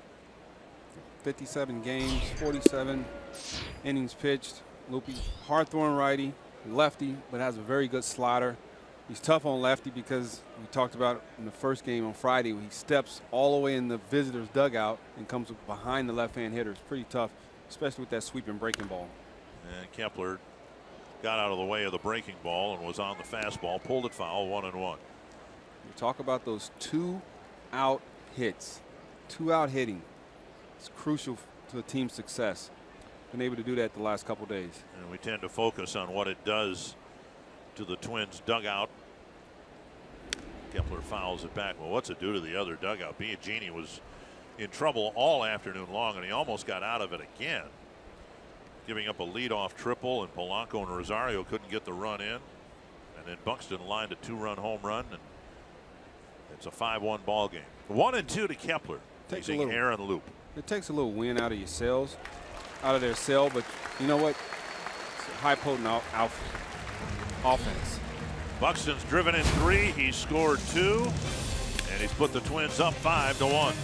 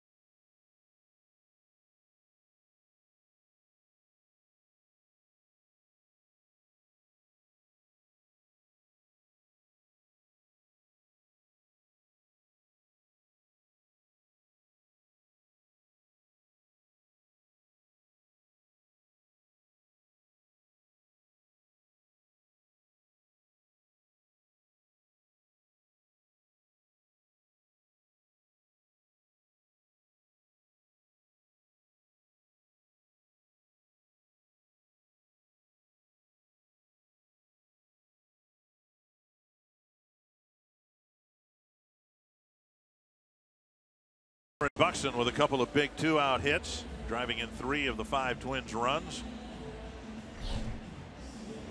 And the Twins are enjoying a 5-1 lead. Buck. And Gibson will pitch to Montero, Aoki, and Goins here in the Toronto 4th inning. It's always good for an offense when you have 3 guys that are swinging the bat extremely well. You got Buck, Mauer, and Polanco. See if Gibson can get on a little bit of a roll here. It's not been an easy afternoon for him. He gave up a leadoff hit in the first, got through the inning okay, and a 1-out double and a couple of singles followed right after that. Got out of the 2nd inning, which is 1 run allowed, then issued a leadoff walk in the 3rd. 2-0. It was Montero's double with 1 out to the gap in left center that gave the Blue Jays a great scoring opportunity. But Gibson did a nice job getting actually a couple of ground balls that could have been turned for 2. Second one wasn't, or the first one wasn't, the second one was. And he was able to keep the Jays at 1. Keep that, close in our memory bank, because that could be a key point in the ball game. Because if we don't turn that double play, that brings Donaldson up to bat with runners on base. 3-1. After your team score, a couple runs like that, especially with a leadoff triple, the first 2 guys didn't get him in. Big 2-out hit by Buxton. Last thing you want to do is walk the leadoff hitter. To center, and Buxton makes the catch, 1 away. Let's get caught up with the Twins up by 4. Yeah, Buxton right here, 2-out hit, first inning. Scores Polanco, great pitch. Aoki, base hit to center field, great throw by Buxton, but didn't get Montero at home. You got Vargas with the dork snort over the left field to score 2. And you got Buxton right here blasting a hanging breaking ball into the Toronto Blue Jays bullpen for a 2-run shot. Here is Aoki driving it to right. It is deep and gone, a home run. So in the 4th, we've had a line out to center field, and Aoki's 3rd since coming over from Houston in the Francisco Liriano trade. 5-2.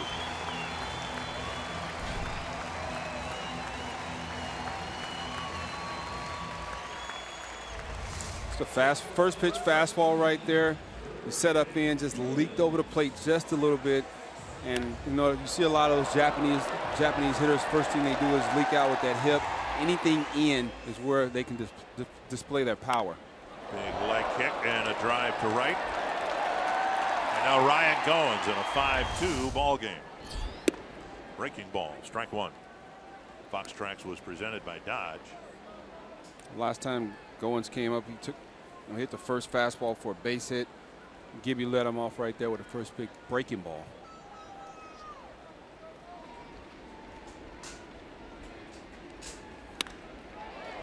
Fouled by 8 feet. Change up, first pitch breaking ball, second pitch change up, just a little out front of that. You got a couple different ways he can go after Goins right here.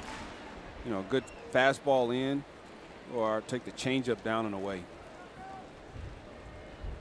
57 pitches, 37 strikes for Gibson. Up high. Just changing the eye level right there, a high fastball. Still gonna try to get him out the way I said, with the fastball in or changeup down and away.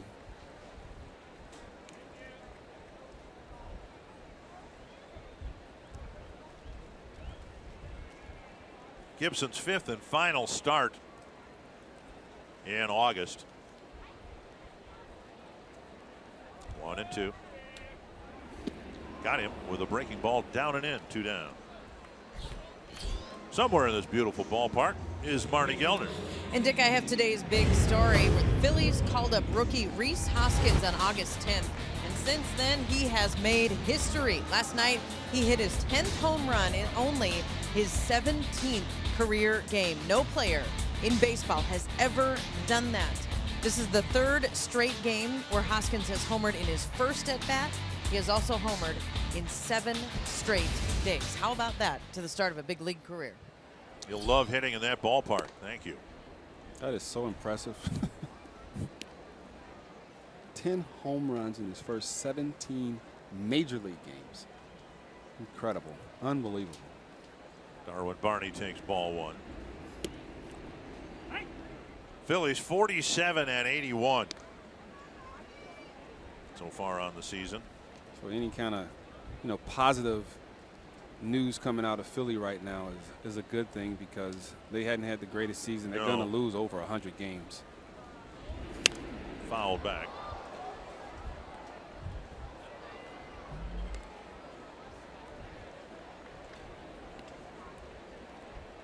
I'd like to see Gibby 1-2 count, throw that nice slider right here, strike the ball, the one that we saw a few times, on Monday in the start against the White Sox. 1-2.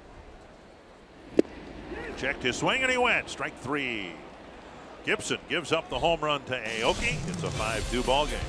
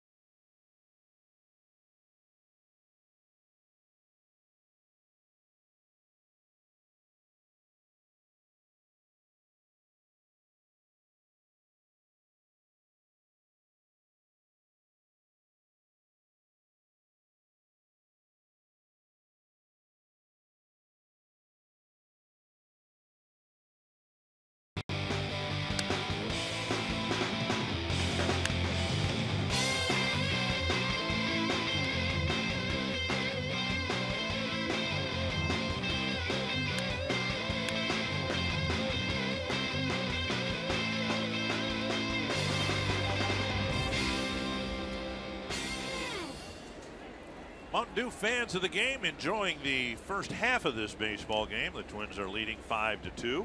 Kenny Vargas will lead off the top of the 5th, then Escobar and Jimenez.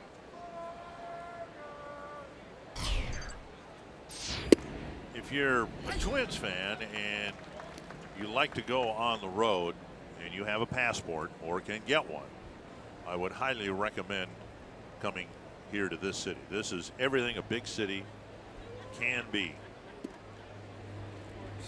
It's a great spot. I mean, it's, you hear about, free agents saying they don't want to come to Canada to play here in Toronto just because of you have to do this, you have to go through customs, it's in a different country. Well, let me tell you, it's not. I mean, it's amazing. I mean, it's a great place to be an athlete. It's a major market, and it might seem small, but it's a major market, and so much exposure up here. And I had one person, excuse me one second, Rich, they tweeted me when I got traded over here. They said, hey, LaTroy, guess what? We're gonna show you how it feels to have a whole country root for you, not just a city. Right. And it was absolutely incredible. And Vargas bounces a single through the open right side of the infield. And he's aboard to lead off the 5th inning. That'll bring up Escobar. You can love your melon. Special night devoted to that wonderful cause on September 14th. A limited number of special ticket packages include a game ticket and Twins Love Your Melon beanie. Every ticket sold goes to support Love Your Melon's program to donate a hat to every child battling cancer in the United States. For details and tickets, visit twinsbaseball.com/loveyourmelon. Here is Escobar. And there is strike one. Oh, and then there's the exchange rate right now, 31%. Very favorable for U.S. visitors. Oh, yes. A lot of things that you worry about, playing in another country. I tell you, free agents, don't worry about that. It's not that big of a deal here. It's not that big of a deal. And then if you have, a lot of the phone companies now in Canada or Mexico, right, it's part of your plan. You don't have to get an international, package. None of that stuff. 2 strikes to Escobar. Twins trying to put together another run-scoring inning here. And Escobar waits as long as he can and taps it foul.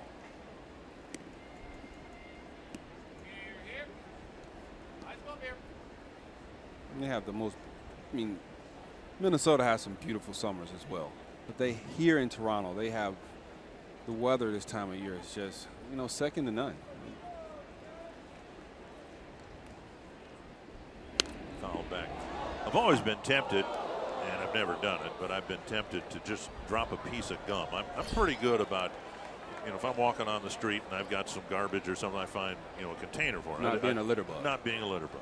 But I'm tempted here to do it and to come back the next day and see if somebody didn't clean the gum up. I mean, this has got to be the cleanest big city in North America. Inside, and it's 1 and 2. They take pride in their city. Well, and it shows. Pride in it. It shows. Love coming here. Paul Molitor, when I interviewed him before the game, said he loved living here. It's so wonderfully ethnically diverse, and whatever kind of food you like, you can find a restaurant that serves it. The people are extremely nice, like you said. It's very diverse. When I played here, I lived literally a 5-minute walk, and it took me 3 minutes to get out of the Rogers Center, right. 300 Front Street. Starbucks down in the lobby. It's just.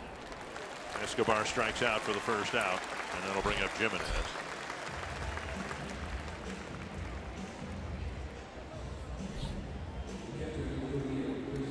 Escobar with 2 strikeouts and a fly ball so far this afternoon. High fastball doesn't really make any difference what arm angle it comes from. He's a little vulnerable to that. He likes that fastball up in the zone. He likes it. I don't think he hits it too much, but he likes it. Not at that height. Jimenez with a single and a walk. Waiting for the fastball. He swung through it. Strike 1. Now, if you're listening to the pop of the mitt, it sounds like Aaron Loop is throwing like 98 miles an hour. And essentially that pitch was 92. Fouled away. 0-2.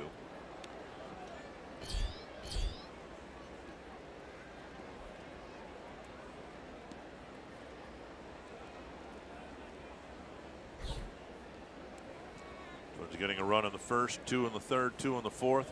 Now trying to get Vargas around after his leadoff single.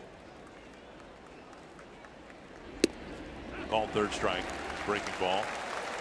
2 down. That'll bring up Dozier.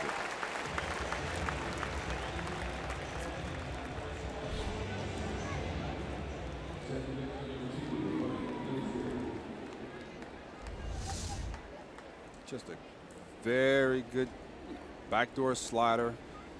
Jimenez kind of gave up on it. Locked him up right there for strike 3.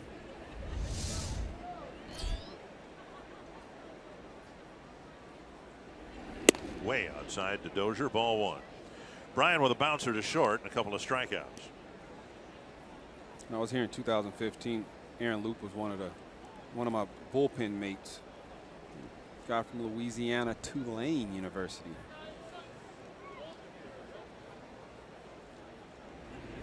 Swing and a miss. That part of the world really getting hit hard with a lot of rain. They're saying in Houston, some parts of that area will get 50 inches of rain.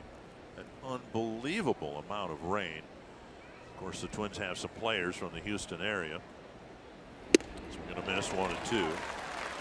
And everybody I checked with, from Jason Castro, Tyler Duffy, Robbie Grossman, I didn't get a chance to check, but there's certainly hope for the best for the Twins players and everyone. It's just been swamped with so much rain down there. 1-2. And a call third strike. Loop gives up the leadoff single and then strikes out the side. Bottom of the fifth coming up. Twins lead at 5-2.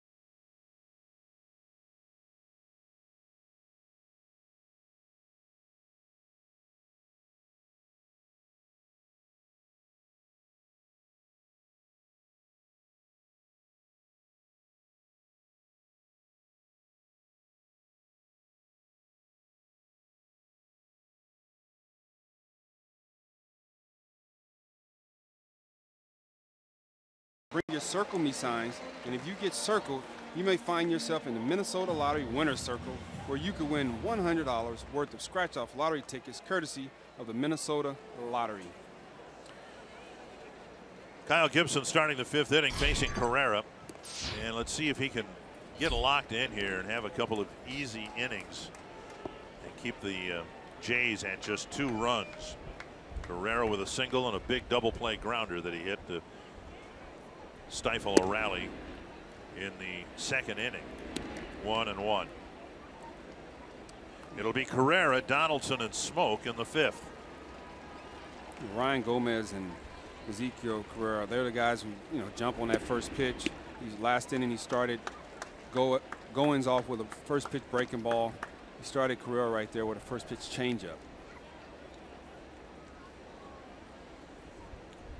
Threw Aoki a first pitch fastball and he clobbered it over the fence for a home run. Now 2-1 to Carrera. On the ground, hit right to Dozier. And Carrera retired 1 away. One other note about the terrible weather in the Houston Corpus Christi area. And it's way, way down on the list, but it does impact baseball. The Rangers are finishing a series in Oakland. When they return home, they will return home. They're going to land in Dallas. They're supposed to play the Astros at Minute Maid Park on Tuesday. I can't imagine that game's going to be played on Tuesday. No, I mean, it's going to be a lot of rain. I was in Houston in 2008. We got traded over from the Yankees, and we had the hurricane, and it was a Category 3. And when we were supposed to have the Cubs in town, but when we resumed play, we played a home game in Milwaukee and got no hit by Carlos Zambrano, and then got 1 hit the next day by Ryan Dempster. 1-0 to Donaldson with the bases empty. But I saw firsthand what a Category 3 hurricane, the damage that it can cause. Well, on Twitter, I just saw a picture of Houston's Hobby Airport, which is completely underwater. The runway, it looks like it's got 3 feet of water standing on it. So we include anyone who has friends or family in the Houston area in our prayers. 1-1 to Donaldson. And a strike 2. I have a brother that he's a school teacher, basketball coach in Huntsville, just a little north of Houston, and they're getting the same weather because they're close. And you know, they had decided 2 days ago they were going to evacuate, but then he thought about, you know, trying to get back into the city. Right. So him and his family just hunkered down.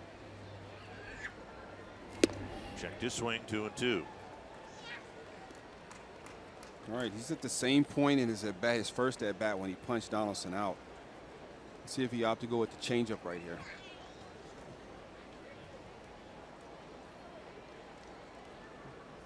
Put a fastball in. Just get it down.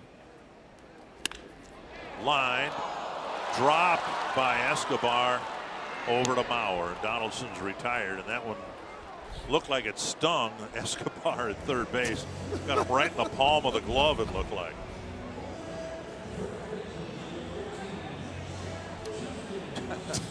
That hurts.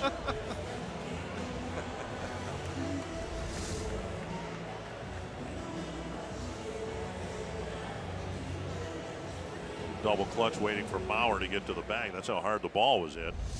Two down, and now Justin Smoak. The ball was scorched. Smoak with a fly to left and a single.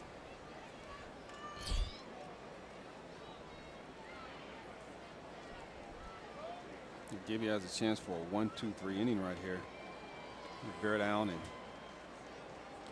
go right after Smoak.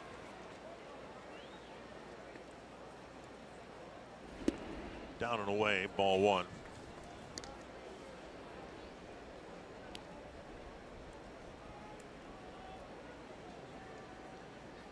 Gibson came into the game in his 4 prior starts.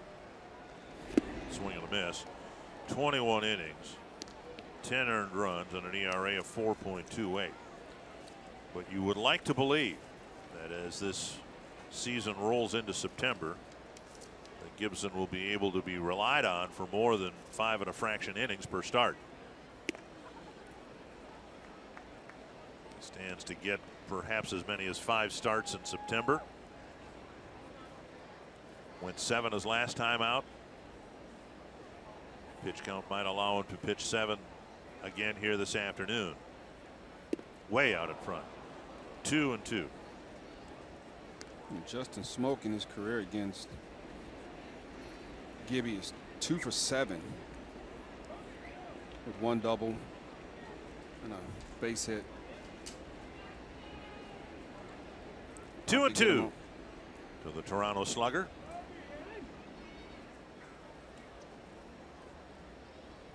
I'd like to see him throw that slider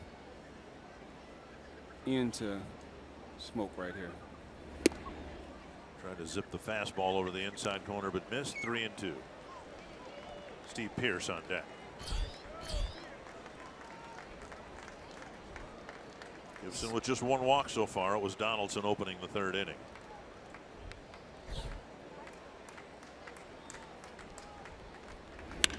On the ground, Dozier from short right field will throw him out. 3 ground ball outs, an encouraging inning for Kyle Gibson. And you're watching Twins baseball presented by State Farm.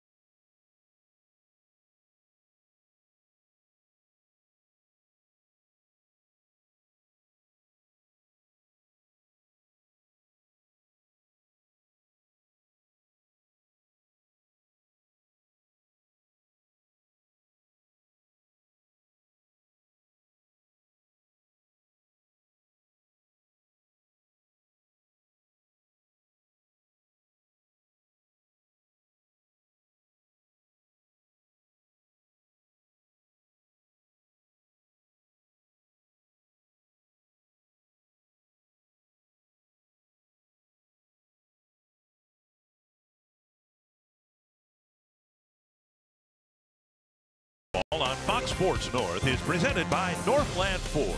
Visit buyfordnow.com and your local Northland Ford dealer today. By Grand Casino, the best stories start here. And by Menards. Save big money at Menards on all your home improvement needs. Twins trying to win the series, trying to finish a road trip 4-4. Matt Dermody will come out of the Toronto bullpen, one of 4 left-handed relievers they have on the staff. And Dermody will face Mauer, Polanco, and Rosario. That'd be a good idea for the Twins to score the next run. Well, Richard, I'm going to call a technical foul on you right now. Really? Yeah, you took my stats that were right here. Oh, did I? Oh, there you go. Thank you. Sorry. Well, that's what you get for putting him between your chair and my chair. I'm over here like, okay, a new pitcher, where's my stuff at? Where's there the you go. Sorry. Sorry. Okay. 1 strike to Mauer. 2 hits again today. The average up to 298. It seems inevitable. He's had such a good second half. And you called it. He's looking like the Joe Mauer we saw during his batting championship years. You called it Friday. Well, it's about time. You know, he's starting to look like he's going to make that 300 batting average surge. He's not going to win a batting championship. Altuve has that all but wrapped up at 355. But Hosmer at 320, Avisail Garcia 319, Jonathan Scope, Didi Gregorius 307, 306. If he gets over the 300 mark, you can see him settling in the top 3. 1-2, 2-2.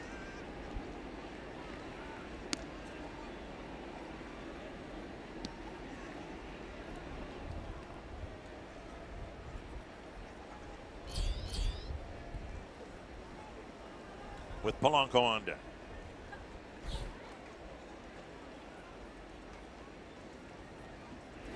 Chop toward first. Smoke has it. Dermody to the bag, 1 away.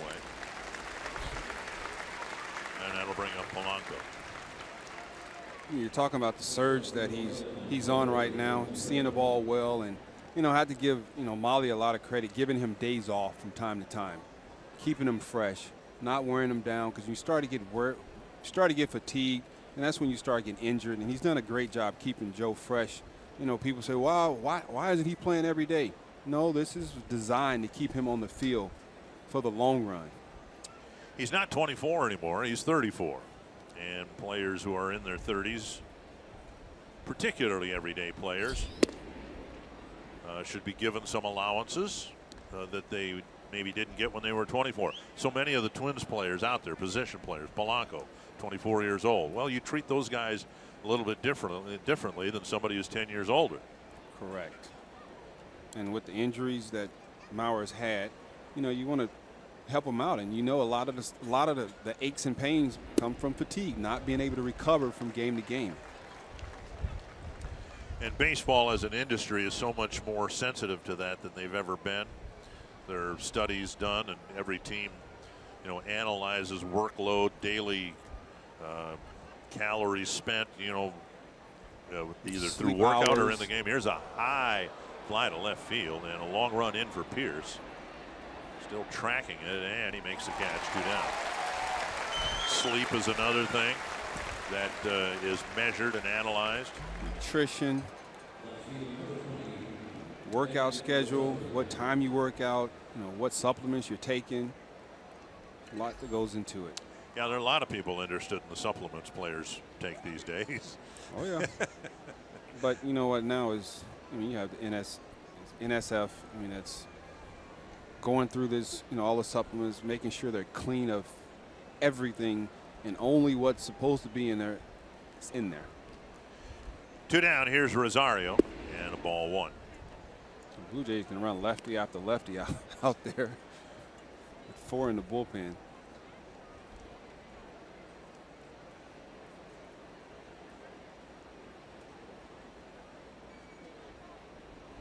Swing and a miss, 1-1.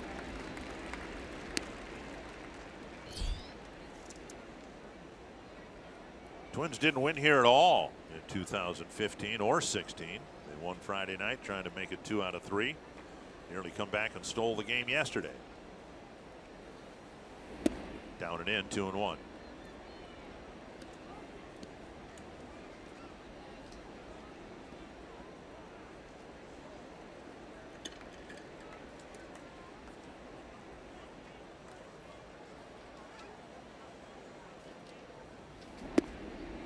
Three and one. Buxton on deck. Some very close pitches right there from the lefty that Rosario's taken. Good takes.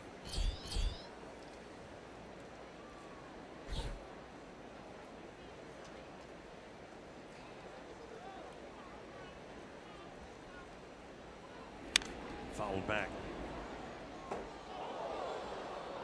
Twins with a half-game lead over the Angels and Mariners. The Mariners committed 5 first-inning errors in New York, and it looks like they're going to lose their game and fall back to 66-65. The Angels play later this afternoon. 3-2 to Rosario, and he flicks the bat out there and stays alive.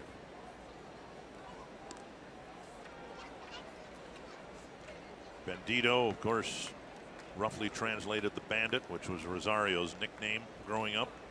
I like it.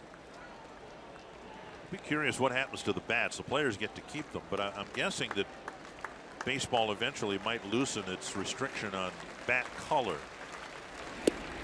Rosario waves at it. It's a 1-2-3 inning for Dermody, and we head to the bottom of the 6th with the Twins up 5-2.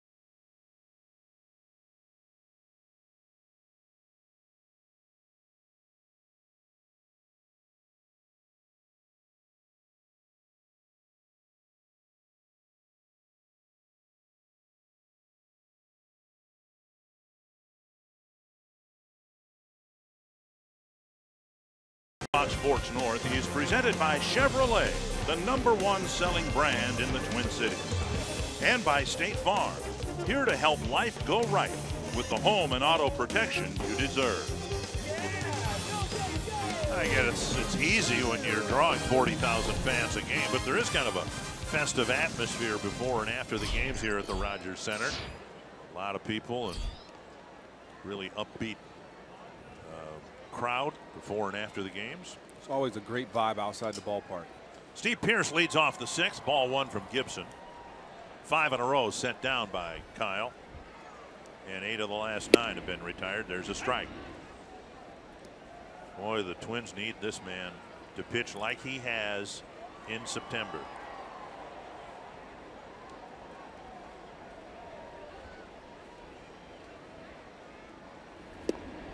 Breaking ball, and he's ahead on the count, 1-2.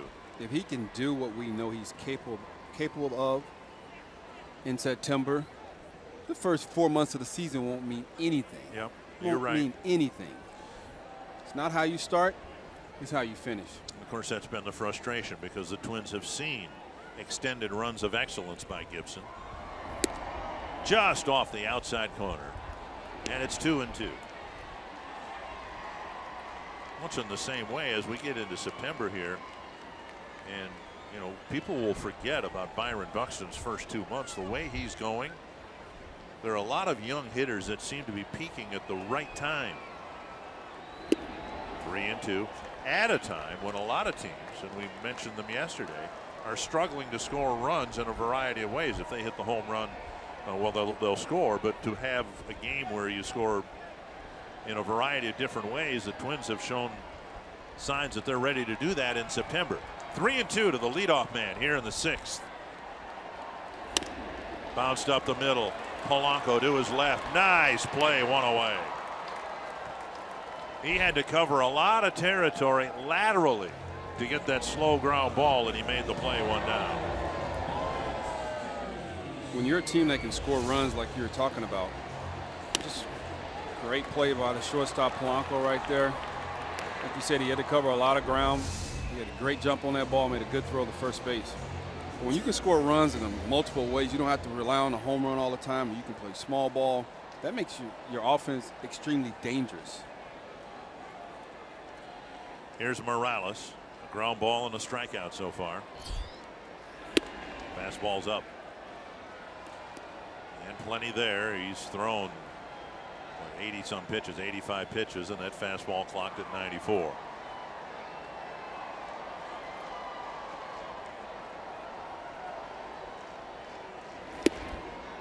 And that's clocked at 93. Georgie, how many kilometers is 94 miles per hour? That would be really impressive.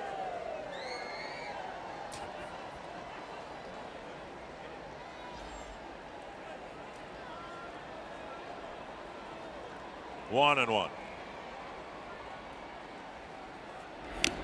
Foul. That was 92, or roughly 158 kilometers per hour. I think you can get a speeding ticket doing that. 1-2. Gibson to Morales. He's thrown Morales a few high fastballs his first couple at bats, and Morales figured he'll swing at a couple this at bat. And on an awkward swing, Morales strikes out for the second time in a row against Gibson. That is a very good cutter for 2 strikes right there. Looks like a fastball right to the very last second, and once you commit and see that ball is going to end up on your knuckles, you try to hold up and you can't. Great pitch right there by Gibby. Great call, Jimenez.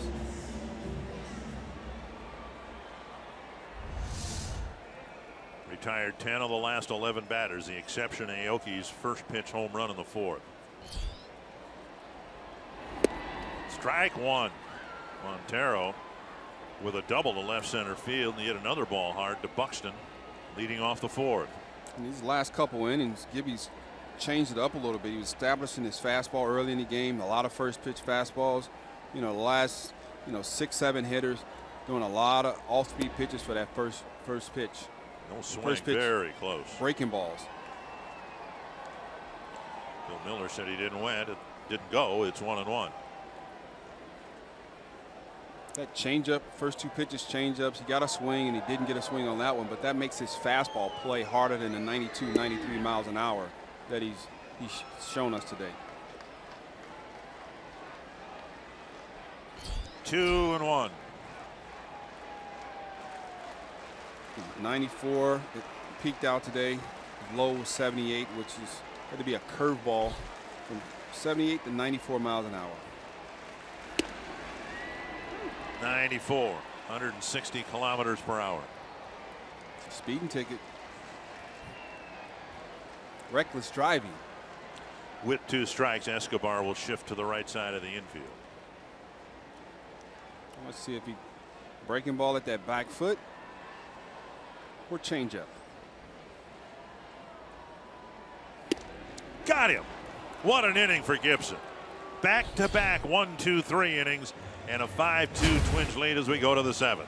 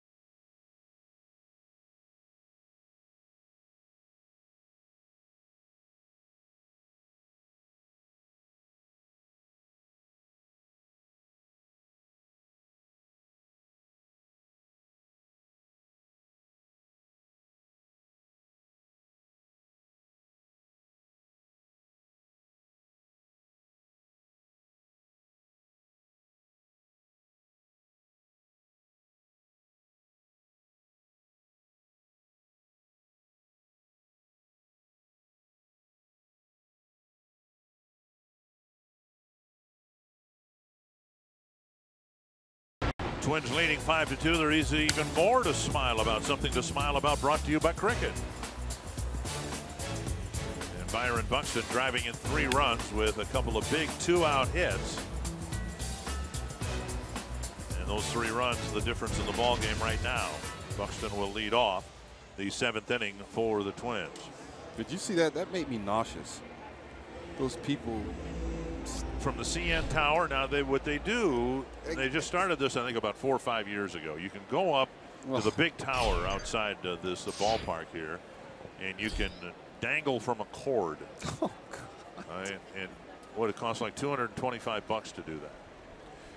And they, I would, for me to do that, I would have to pay them, and they could pay me $225, and I would not do that. I'm with you on that. That doesn't even look fun to me. No, it doesn't. It does not to me. Here's Buxton leading off the 7th. Ball 1. And a swing and a miss, 1-1. Why? So why do people? There, good. Thank you. Why would you do that? Why What's would the you do best that? that's going to happen? They're going to pull you up, and your blood's going to run back to your feet, and you can walk out of there alive. That's the best that's going to happen. Well, I can hear people say, well, it's an adrenaline rush. No, check this out. How about they give you a chance to free fall and then stop you like a bungee jump? Okay, now I can get why you want to do that, but just to hang outside, just to chill, like, okay, well, that's cool. No chance. No chance. 1-2 to Byron Buxton. Driven to left, deep down the line. He has another one. Home run number 12, his 3rd hit today. Stay hot, young man. We may be watching the emergence of a star. Front. This pitch right here, a breaking ball. I got out front just a little bit, but he kept his hands back and was able to put a very good swing on this ball. Short and quick to the ball for his 2nd home run. And he's just seeing the ball extremely well, whether it's fastball, changeup, break, curveball, sliders. He's doing a little bit of everything. First time in his career he's had a 2 home run game. Both of them breaking balls. 1-0 to Kepler. 2-0.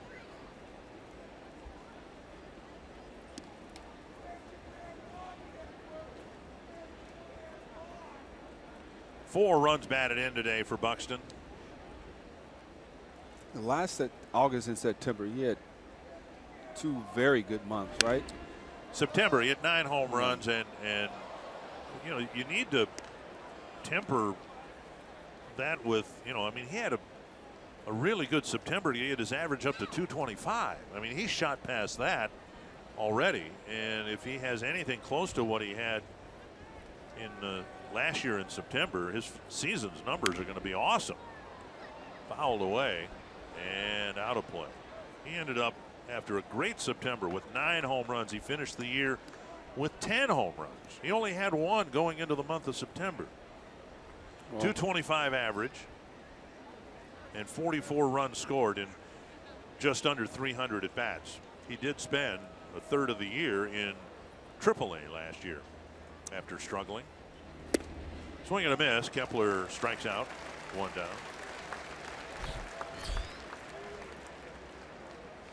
Target Field's a great place to spend time with the people who are important to you. Groups of 25 or more are eligible for discounts on tickets, and per ticket fees are eliminated. Arrange your group of 25 plus today by visiting twinsbaseball.com/groups or call 800-33-TWINS. Ask about a Twins Target Field group outing. Vargas with another right-handed at bat. He bounced a single to right against Loop, leading off the 5th.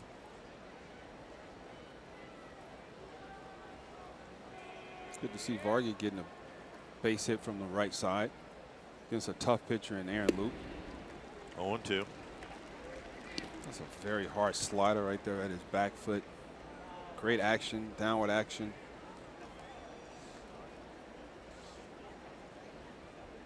Big Papi was just a left-handed batter. Little Papi is a better left-handed batter than right. Takes inside. I wonder who would win a foot race between Little Poppy and Big Poppy. I got my money on Little Poppy now. You think so? David can hardly walk. One of the reasons he retired, his feet were so bad. Well, they wasn't bad when he was in the box swinging. No. 2 down, and that'll bring up Escobar.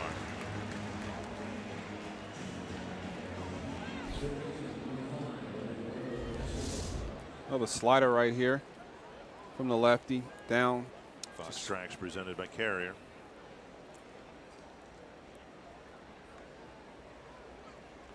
Escobar with a fly to center and 2 swinging strikeouts. Tap, foul, 1 strike.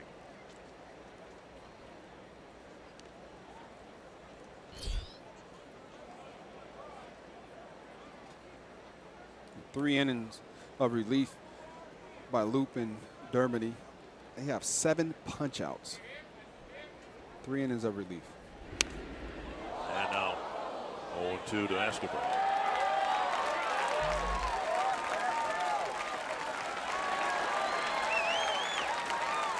Ball cleared the netting behind home plate at a high rate of speed. 0-2. Escobar takes. Good take right there. Took everything in Escobar not to swing at that high fastball.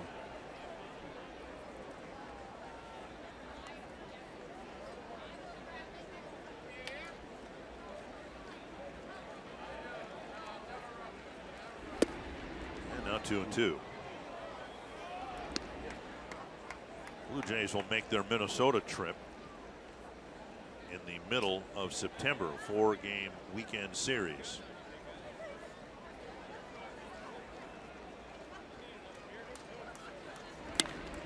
And wouldn't it be something if in the middle of September the Twins are where they are right now in terms of the wild card race, owning the 2nd spot?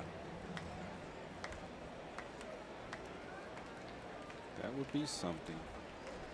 If a lot of teams in the traffic jam for that 2nd spot. inside.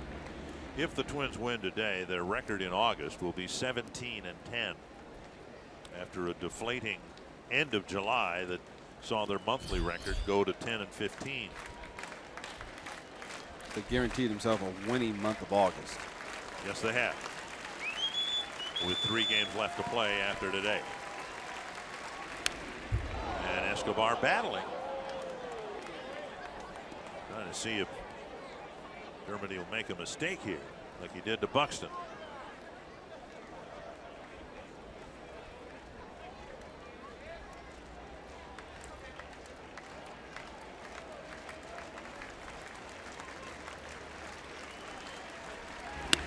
Wrapped foul. Off day tomorrow for the Twins, and the White Sox come to town for 3. And the Twins will send Irvin Santana, Jose Barrios, and Bartolo Colon to the mound against James Shields, Derek Holland, and Miguel Gonzalez. And again, the weather is supposed to be just perfect at Target Field for this homestand. Pulled foul again. Dermody's been great against lefties. A 188 clip. They're 3 for 16, 0 home runs. On the flip side, right-hand hitters are hitting .471, 9 for 18 with 5 home runs. Another 3-2.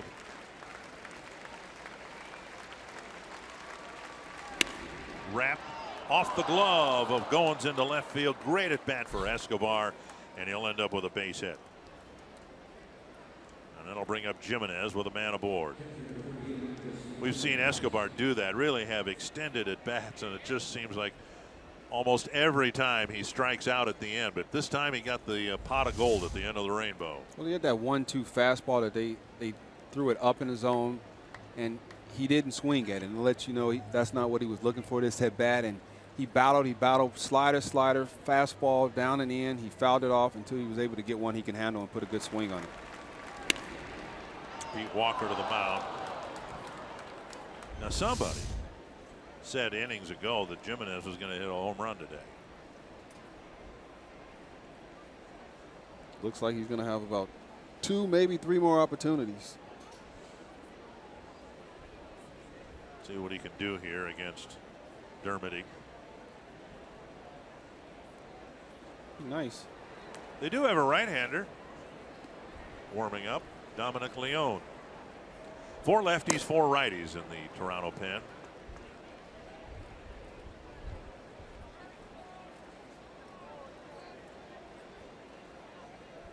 Jimenez with a single, a walk, and a strikeout. Deep down the left field line, but foul. Telling you, I'm just feeling it. I got a feeling. It could be the breakfast that I had this morning, but I do have a feeling. So if it's heartburn, I have something for that.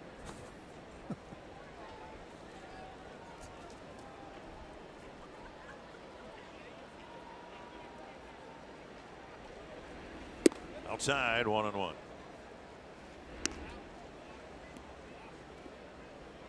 He just looked out in the Blue Jays bullpen. They still have the seats where you can walk up and sit up top, and they do, and it brought back memories.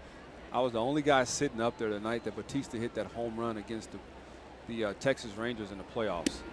The one where he bat flipped? The bat flip. It went right over my head, and I was like, wow. This place erupted. Roof was closed, as I recall, right? It was definitely loud. Definitely loud. I just turned out and looked at my bullpen mates and just looked at him, and I just went, wow. Because you couldn't scream it. Pulled foul 2-2.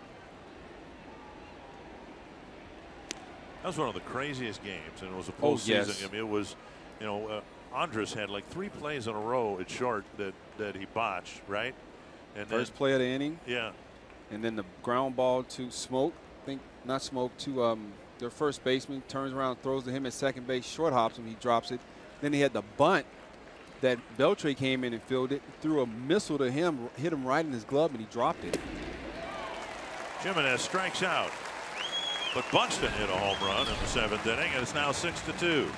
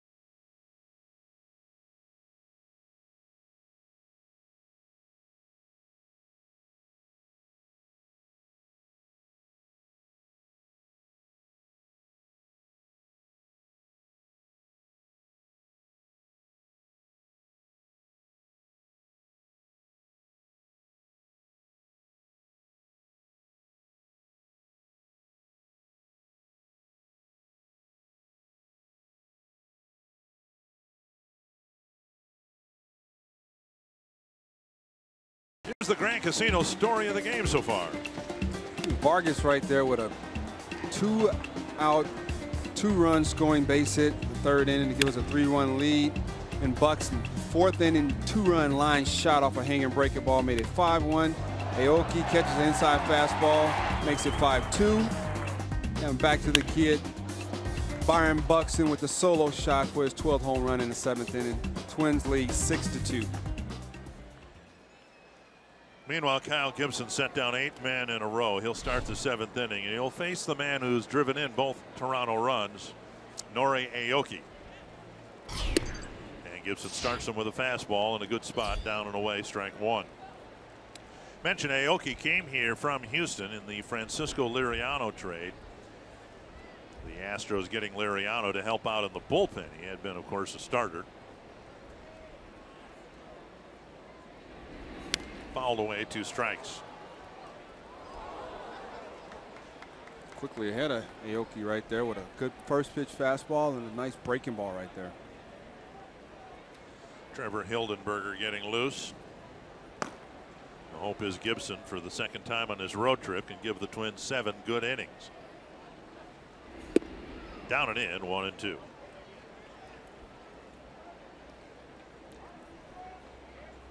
Good sweeping slider right there at the left-hander's black foot. 1-2. It's curveball instead of the slider right here. I think takes some speed off of it. In the dirt, 2-2.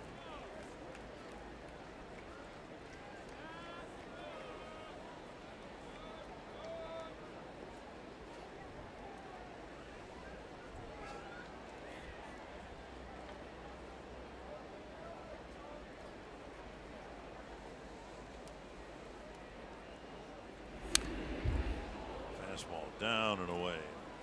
Aoki's lucky he got a piece of it.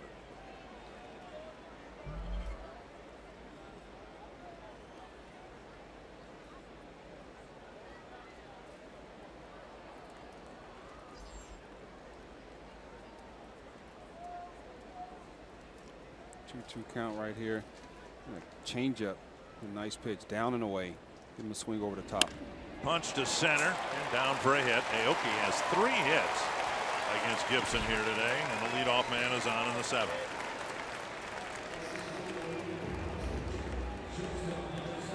Not a bad pitch right there. Just caught just a little too much of the plate.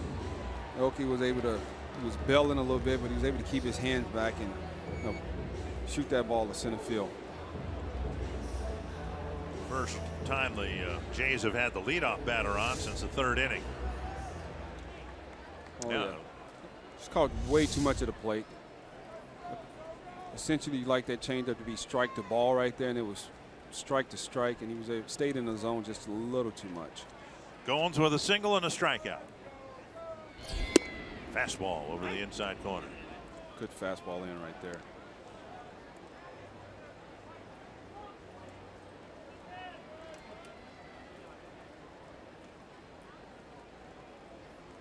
Gibby's induced a couple double plays today.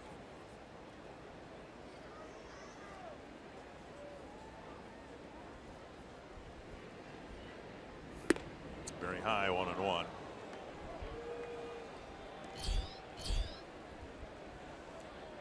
101 pitches for Gibson.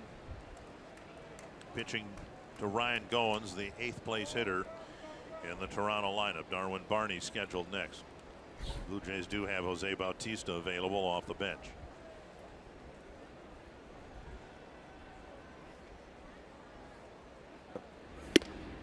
And now high, 2-1. Gibson throwing pitches from the stretch for the first time since the 3rd inning.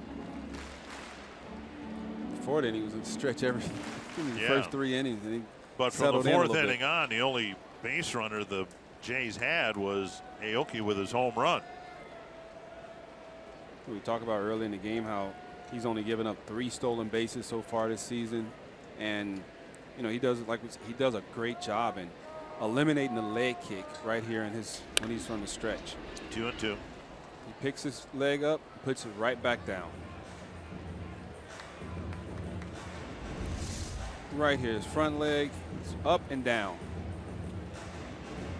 That right there gets him to the plate, hopefully in probably 1.1 seconds. Anything 1, 2, 1, 3, maybe 1, 4. 1, 4 is out of the question of being able to throw a guy out. You want to be, low 1, 2s. 2-2 to Ryan Goins. Struck him out. Gibson getting a lot of swings and misses here tonight. 1 down.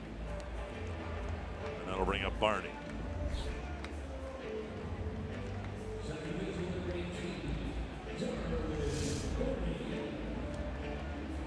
Very good fastball down in the zone to Ryan Goins right there. Swung right over the top of it. The ball sinking away from him. He swung under it. Barney reached on a fielder's choice, hit the double play grounder that wasn't turned in the third, and then Carrera hit another one to Dozier. The Twins did turn that one, and then he struck out in the fourth.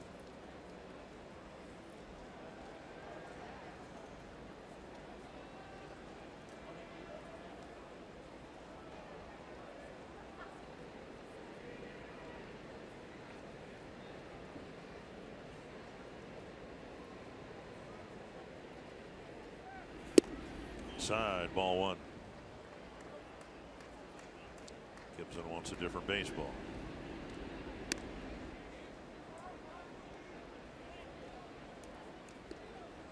Yankees leading the Mariners 8-1. It's in the bottom of the 7th inning. Mariners were just a half game behind the Twins at sunrise today.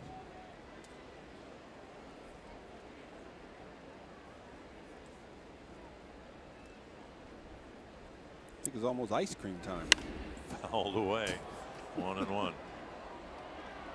Yankees continue to lead, or the Royals continue to trail the Indians 12-0. The Royals appear headed below the 500 mark. 1-1 here to Darwin Barney. Well, they settled down in that game. It was 12-0 after the second. Hadn't scored since the 8th inning. Tired.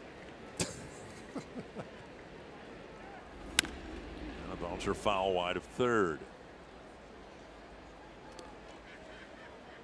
With the off day tomorrow, it is entirely possible, if not probable, that Kyle Gibson will get an extra day of rest. Paul Molitor indecisive about that before the game, asked about next weekend series with the Royals. But now 107 pitches. Gibson threw 91 in his start in Chicago last week. A throw to first. Craig Breslow's in the game for the Cleveland Indians. Yeah. Good to see him back, and perhaps headed for postseason play. Whether he makes the roster or not might depend on the health of some other people. Right. 1-2 to the number 9 batter. To right center field. It's hanging in the air, and Buxton makes the catch. 2 down. Join Fox Sports North and the Minnesota Twins for Pack at the Park, September 19th or 20th at Target Field. If you can't make it to Pack at the Park, you can still support Feed My Starving Children and provide 56 meals to starving children across the world with the purchase of this Feed My Starving Children t-shirt. Visit fmsc.org. Get yours today. Kyle Gibson backed up a really good outing in Chicago with a good one again here in Toronto.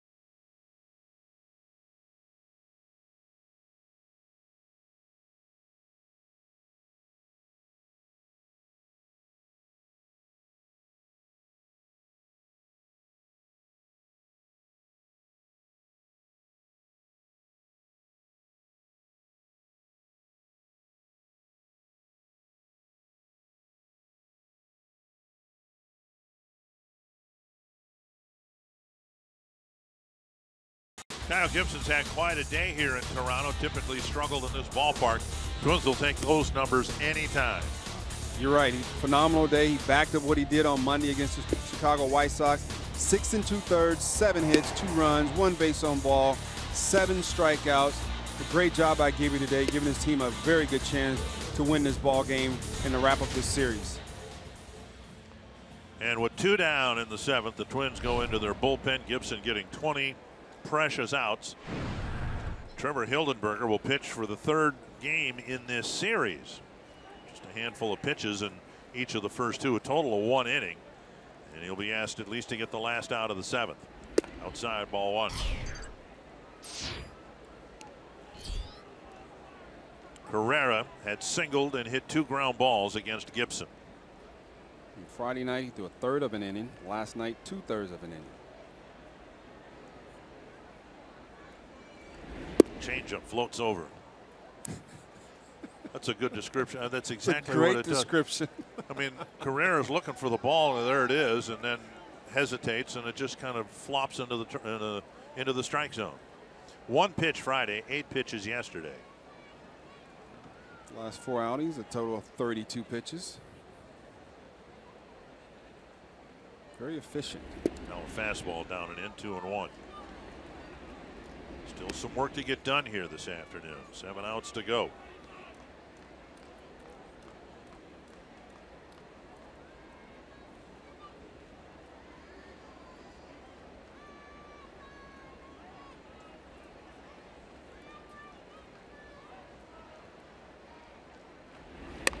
Right off the end of the bat. And Polanco cleans up the play. And Hildenberger cleans up the 7th inning. Another floater.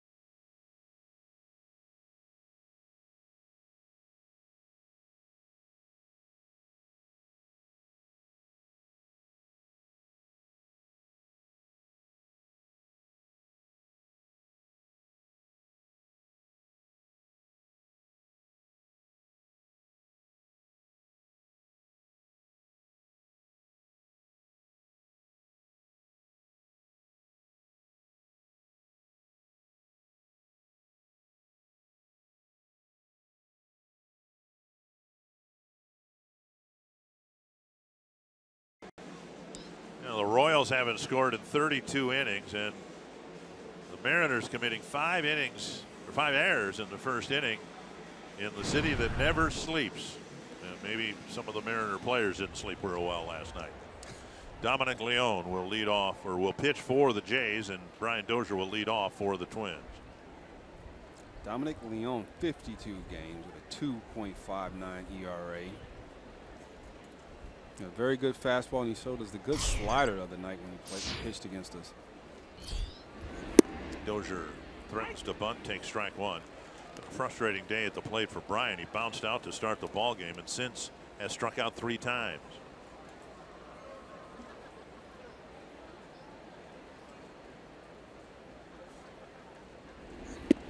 Half swing and strike 2.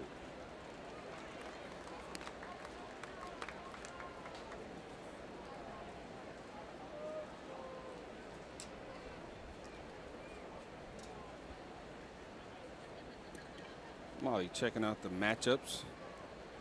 Nobody warming up in the bullpen, so Hildenberger might be asked to start the 8th. Well, 1-2. We got righty, lefty, righty. Coming up for the Blue Jays in the bottom of the 8th inning. Donaldson, Smoke, and Pierce.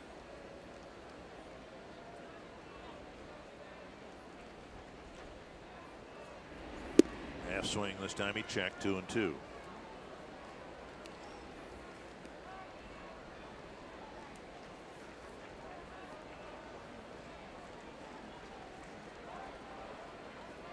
Dozen hits for the Twins. Headlined by Byron Buxton's 3 hits and 2 home runs. Crack to left. Dozier with a solid single to start the 8th inning.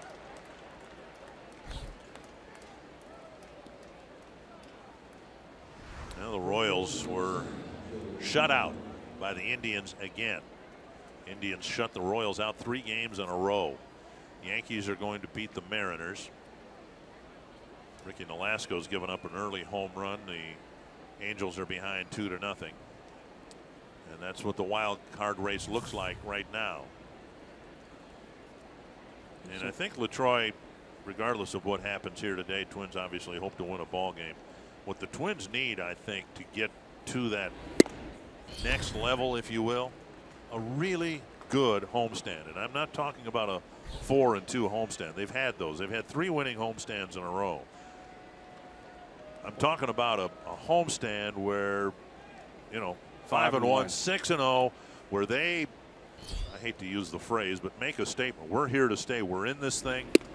I don't know that anybody needs to be convinced at this point, but the winning teams, the teams that emerge from the pack in late August and September, are teams that are able to really put together impressive homestands, and the Twins are in position perhaps to do that. Well, they have an opportunity playing against a couple teams that they know very well, in division rivals with the White Sox and the Kansas City Royals. 5-1 would be great. Sweeping both series would be even better. But you have to, like you said, they have to take care, win. They have to win. But they're going to need some help from some other teams to beat the Yankees. I mean, the Yankees are pounding the Mariners right now 10-1 in the 8th inning. I mean, they're going to have to get some help, because if they're winning and the Yankees are winning, it's like they're not gaining any ground.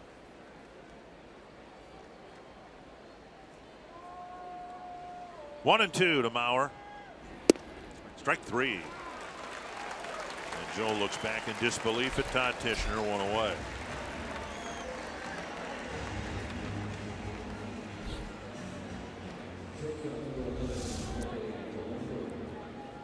Fox Track has to say about that. I was in there. It's a good pitch by Leon right there. And now Polanco. And if anybody knows the strike zone, it's Joe Mauer. That looked like a pretty good pitch. Last 4 homestands for the Twins, by the way, they've gone 4-3, 3-3, 5-3, and 4-2. So they haven't had a losing homestand since the middle of June. Polanco with a pair of doubles, and Dozier checked at first.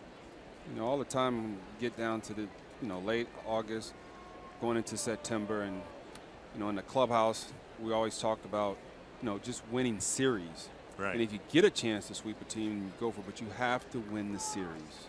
Win the series. 2 out of 3, 3 out of 4, and if the opportunity presents itself for you to be able to sweep a team, you're going to have to try to do that. Well, the Twins have the series with the White Sox coming up starting on Tuesday. Then their next 3 series are against contending teams for the spot the Twins are coveting, the wild card spot.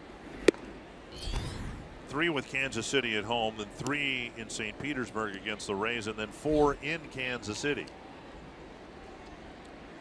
So it would be a good time for the Twins to continue to play good baseball, because if they win most of those games, then they've handed losses to the competition within the wild card race. It's true. But nobody's handing the Yankees a loss. No. Twins will have a chance to do that in September. They've got 3 games at Yankee Stadium. 1-1 to Polanco. Dozier goes, and the pitch lifted foul. Good fastball middle away right there from Leon. When I had a pregame chat with Paul Molitor, he said, you know, we're still not conceding anything to the Indians. Now the Indians had that type of series we were talking about the Twins needing in the next homestand. They just blew Kansas City away. Kansas City went in there, they sold out the ballpark. I think all 3 games, Friday, Saturday, and Sunday in Cleveland, were sold out. And you talk about making a statement. Kansas City had designs of, you know, going into Cleveland and making a statement. Swing and a miss. Polanco's out, and Dozier is safe. Polanco strikes out. Dozier steals second, and Rosario will bat with a man at second. You talk about going in and making a statement. You're right. They didn't just beat him. They shut him out all 3 games. It's a good slider right here by Biagini, and Dozier with the delayed steal. So there's an RBI to be had for Rosario. He is 1 for 4.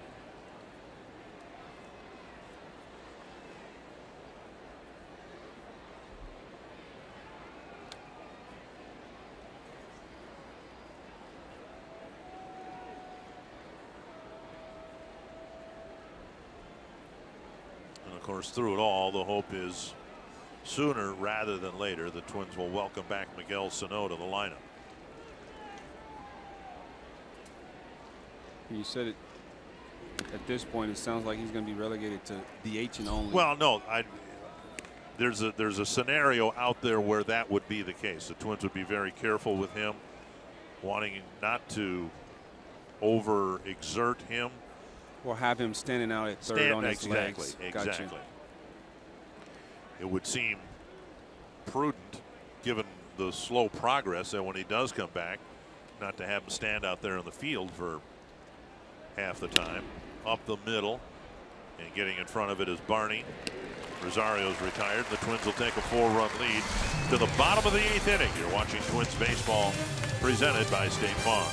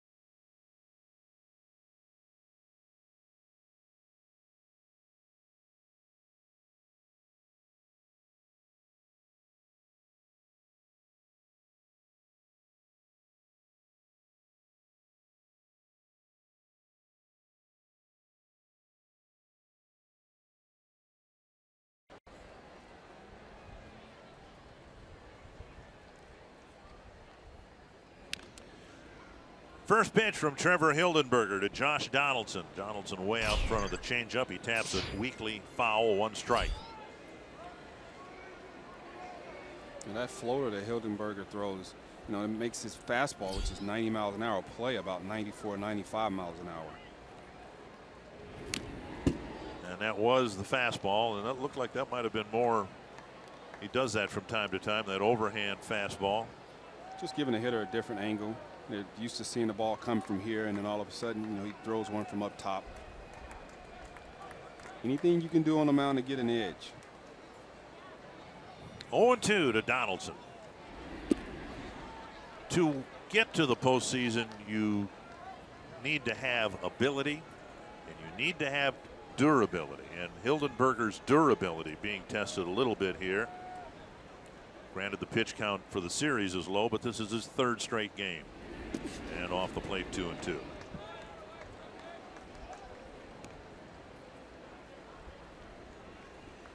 Behind Hildenberger, it's Taylor Rogers.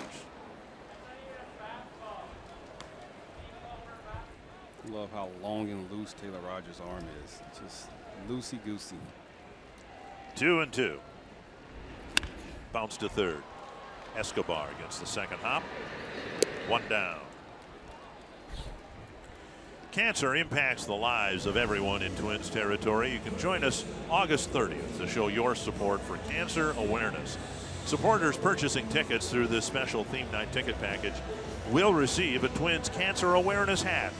The color of the Twins logo on the front of the hat corresponds to the color associated with the most prevalent cancers seen throughout Twins territory. To learn more and join the Twins in their effort to strike out cancer, visit twinsbaseball.com/cancer awareness. Base is empty. Hildenberger will try to keep it that way. Here's Smoke. When I talk about the wild card and I talk about the Yankees and we need to keep winning, somebody needs to beat them because, I know there's 2 wild card spots, but there's nothing better than playing that wild card game where? At home. Except the Twins' history with the Yankees in the playoffs. Jimenez took a foul tip. And the count's 0-2. Jimenez going to go for a stroll. The Twins' history in playoff, I guess you can't call a 1-game setup a series, but Twins had better luck against the Yankees at Yankee Stadium than they have at home in playoff formats.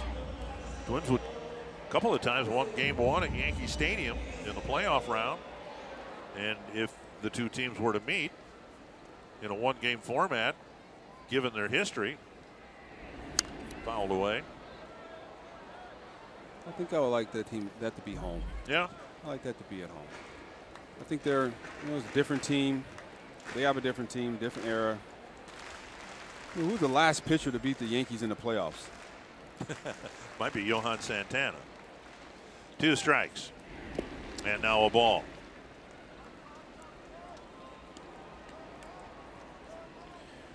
And if the Twins can fight through the end of August and September and get to the postseason, they will do it with a very inexperienced bullpen.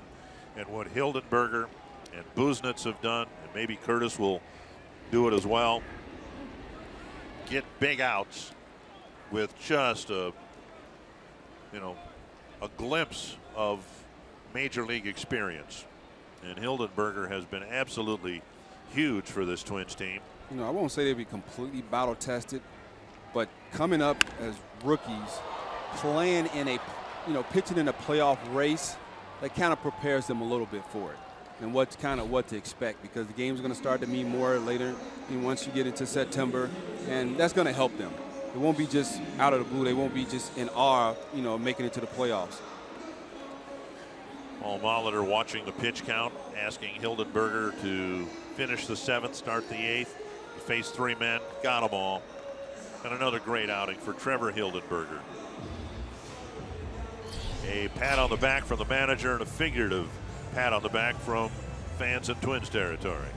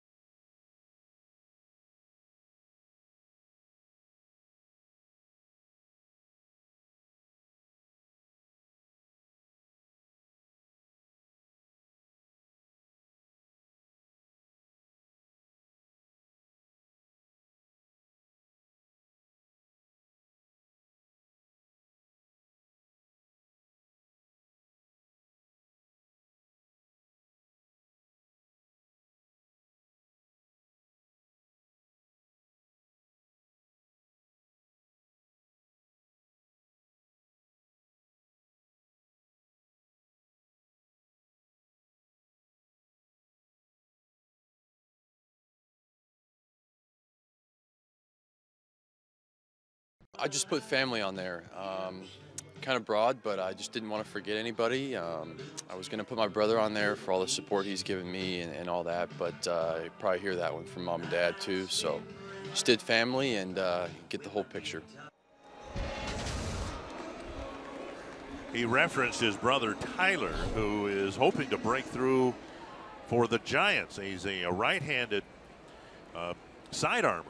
Not unlike, I guess, Trevor Hildenberger, but he's had a good year at AAA, made the AAA All-Star team. And Taylor Rogers hoping to clean up the 8th inning here, facing Steve Pearce. His twin brother. Yes. Yes. Twin Taylor beat him by less than 2 minutes into the world, and he beat him by maybe a couple of years to the big leagues. Yeah, at one point in time at this season, they both had the same ERA. Yeah. Fastball for a strike, 1-1. And we think of Rogers as being seasoned, and I guess relative to the Busnitzes and Hildenbergers of the world he is. But Rogers was going through what Hildenberger and Busnitz are going through this year. He was going through that just last year. And a liner to Escobar, and it's a 1-2-3 8th inning.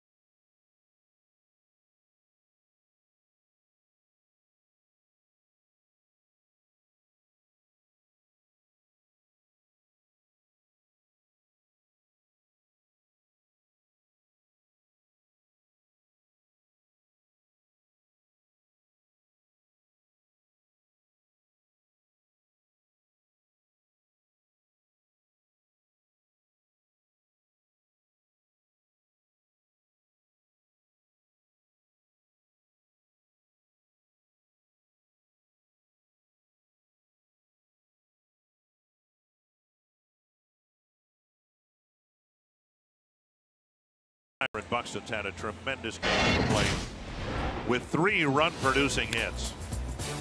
3 for 4 today. 2 home runs right there. He caught a hanging slider.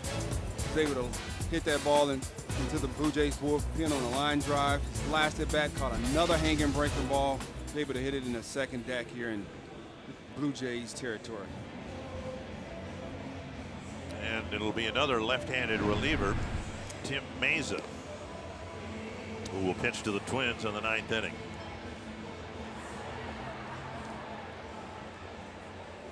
He'll face Buxton, Kepler, and Vargas.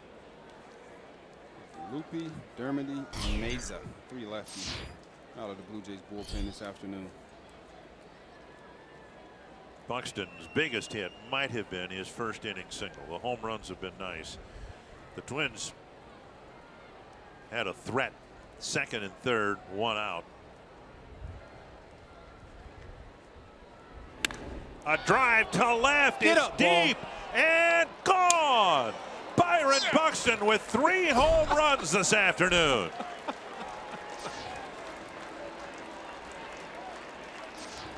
Eddie Rosario did it earlier this year.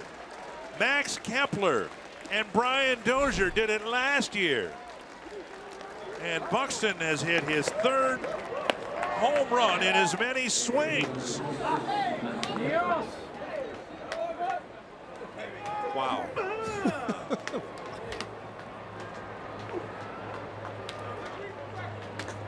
Jumped all over the first pitch. Prior to last year, only 4 Twins had ever hit 3 home runs in a game. And now 4 have done it in the last 2 seasons.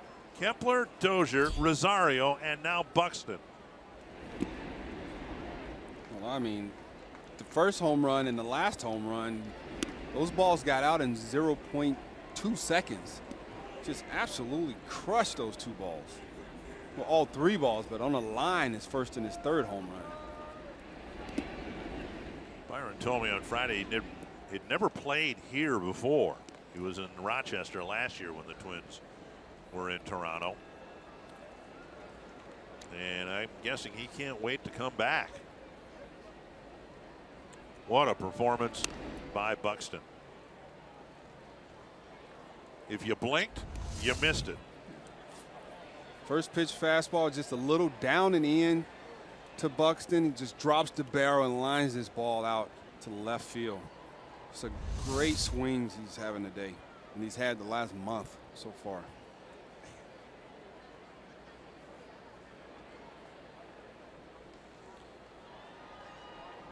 Here I'm talking about how big that first inning single was, but it was big because Mauer had just been thrown out at the plate. There was a runner at second with 2 out, and Buxton stepped up and got a big single to get the Twins at least 1 run early. Well, I look at the 4th inning, his first home run, as being a pretty big play because you have the leadoff triple by Mauer, yeah. And then you have Polanco comes up, 6-3 with the infield in. Rosario, hits a smash to Smoke. Mauer couldn't score, and he comes up with the home run with 2 outs. And he led off the 7th. That was on the first pitch he saw too. So 3 swings, 3 home runs, and he's jumped into the Twins history books. Last 3 at bats, 3 round trippers.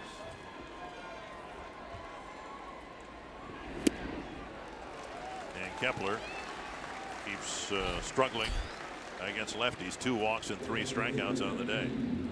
This copyrighted telecast is presented by authority of the Minnesota Twins and may not be reproduced or retransmitted in any form, and the accounts and description of this game may not be disseminated without the express written consent of the Minnesota Twins, LLC. Here's Vargas, check swing. No, ball 1.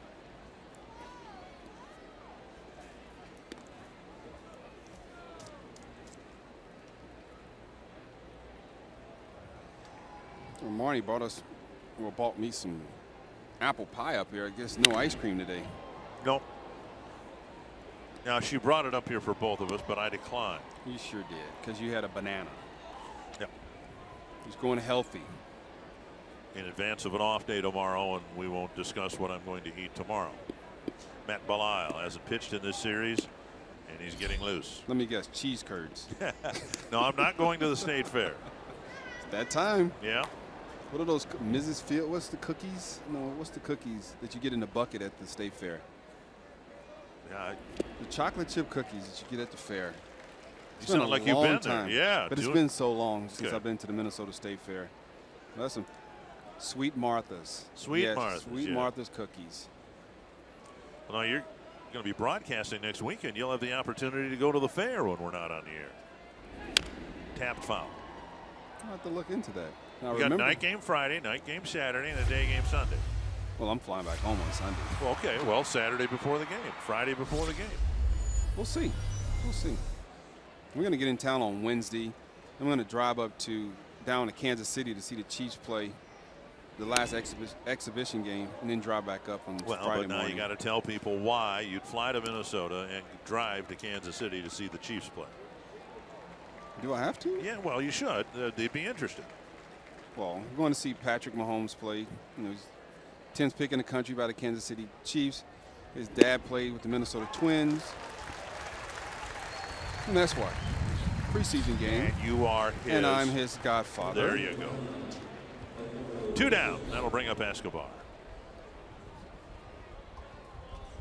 Nice little breeze just shot through here. Escobar with a single his last time up, 1 for 4 on the day. Twins have knocked out 14 hits, 4 of them by Byron Buxton. 3 of those home runs. It has been a fun afternoon here in Toronto And there haven't been many of those over the years. Twins have struggled in this place, in part because the Blue Jays have been a lot better than the Twins have been. That is not the case this year. Shot foul. 0-2. So far in this game, the Twins are doing, to the Blue Jays what the Blue Jays are accustomed to doing to the Twins, hitting the long ball and scoring a lot of runs. What we're seeing from Buxton now is why Paul Molitor started the season hitting him third. Tend to forget that. Byron really struggled in the first week and was moved out of there, but now we can kind of understand why, because of the power and how his game when he is hitting, getting on base, changes the game. 1-2. And Escobar strikes out. He's tagged out after the home run. Meza struck out the side, but Buxton took him deep on the inning's first pitch.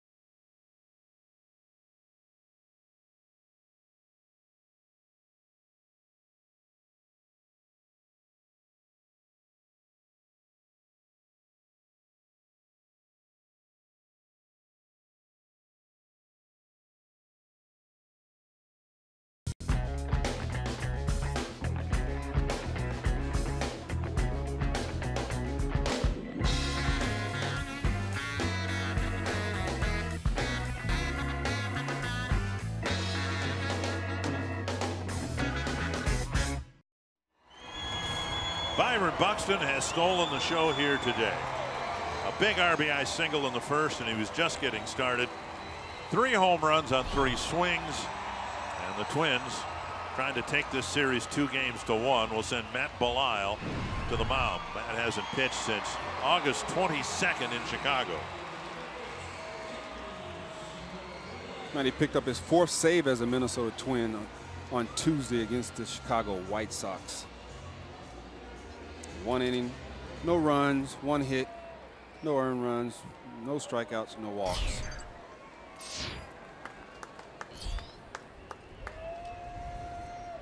And it'll be Kendrys Morales leading things off with the Twins now leading 7-2. First pitch over for a strike. Nice, get me over, very slow, 70 miles an hour breaking ball. Curveball.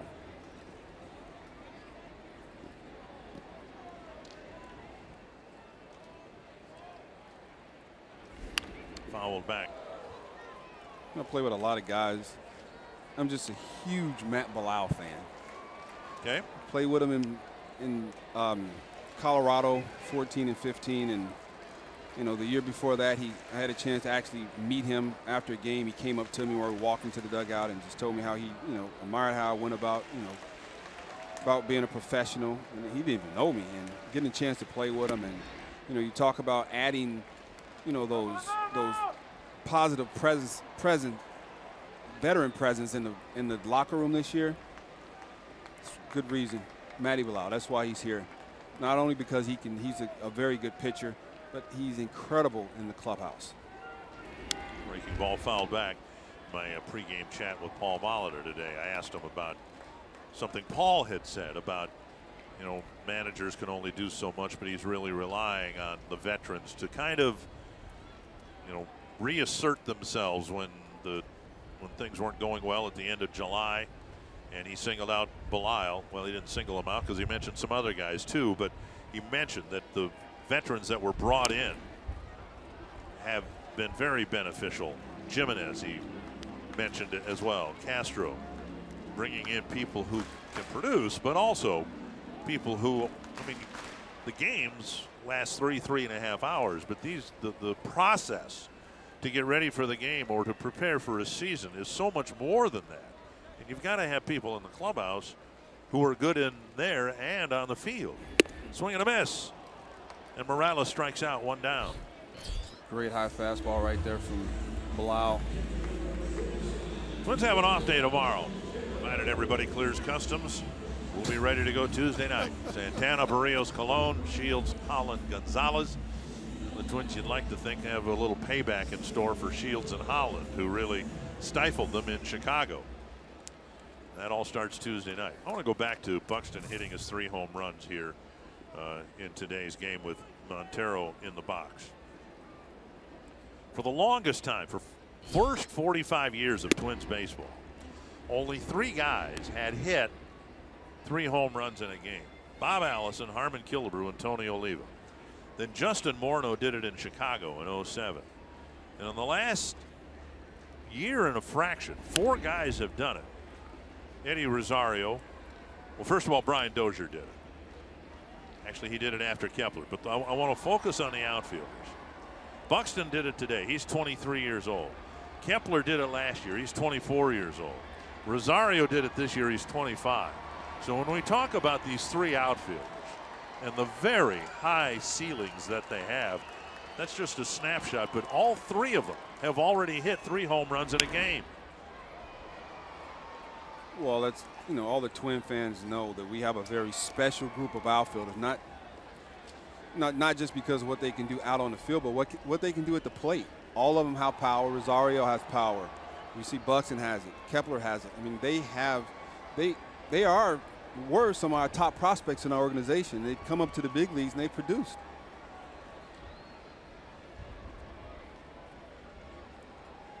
One and 2 to Montero and a bouncer foul.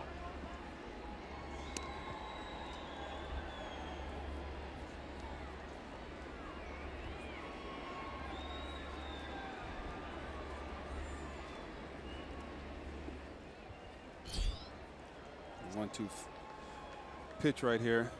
So you can go with that cutter down and into the lefty or a high fastball. Just outside, 2 and 2.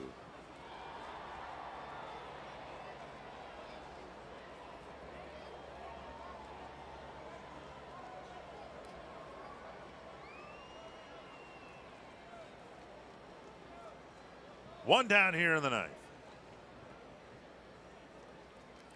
That slider right here. And chipped foul.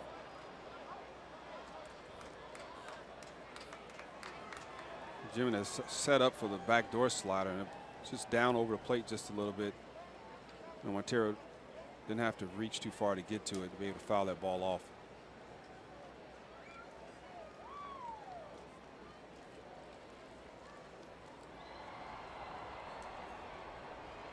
Fastball away.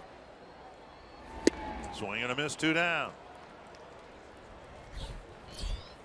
Good fastball by Belisle right there, down and away to the left hand, hitting Montero. Lots and lots of spin rate on that fastball right there. Great finish by Belisle, getting through that pitch. 2 down, and now Aoki, who has picked up 3 hits and driven in the 2 Toronto runs.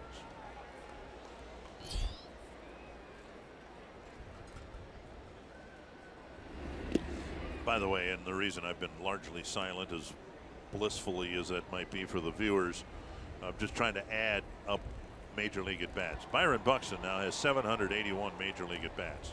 Max Kepler has 831, and Eddie Rosario has 1,202.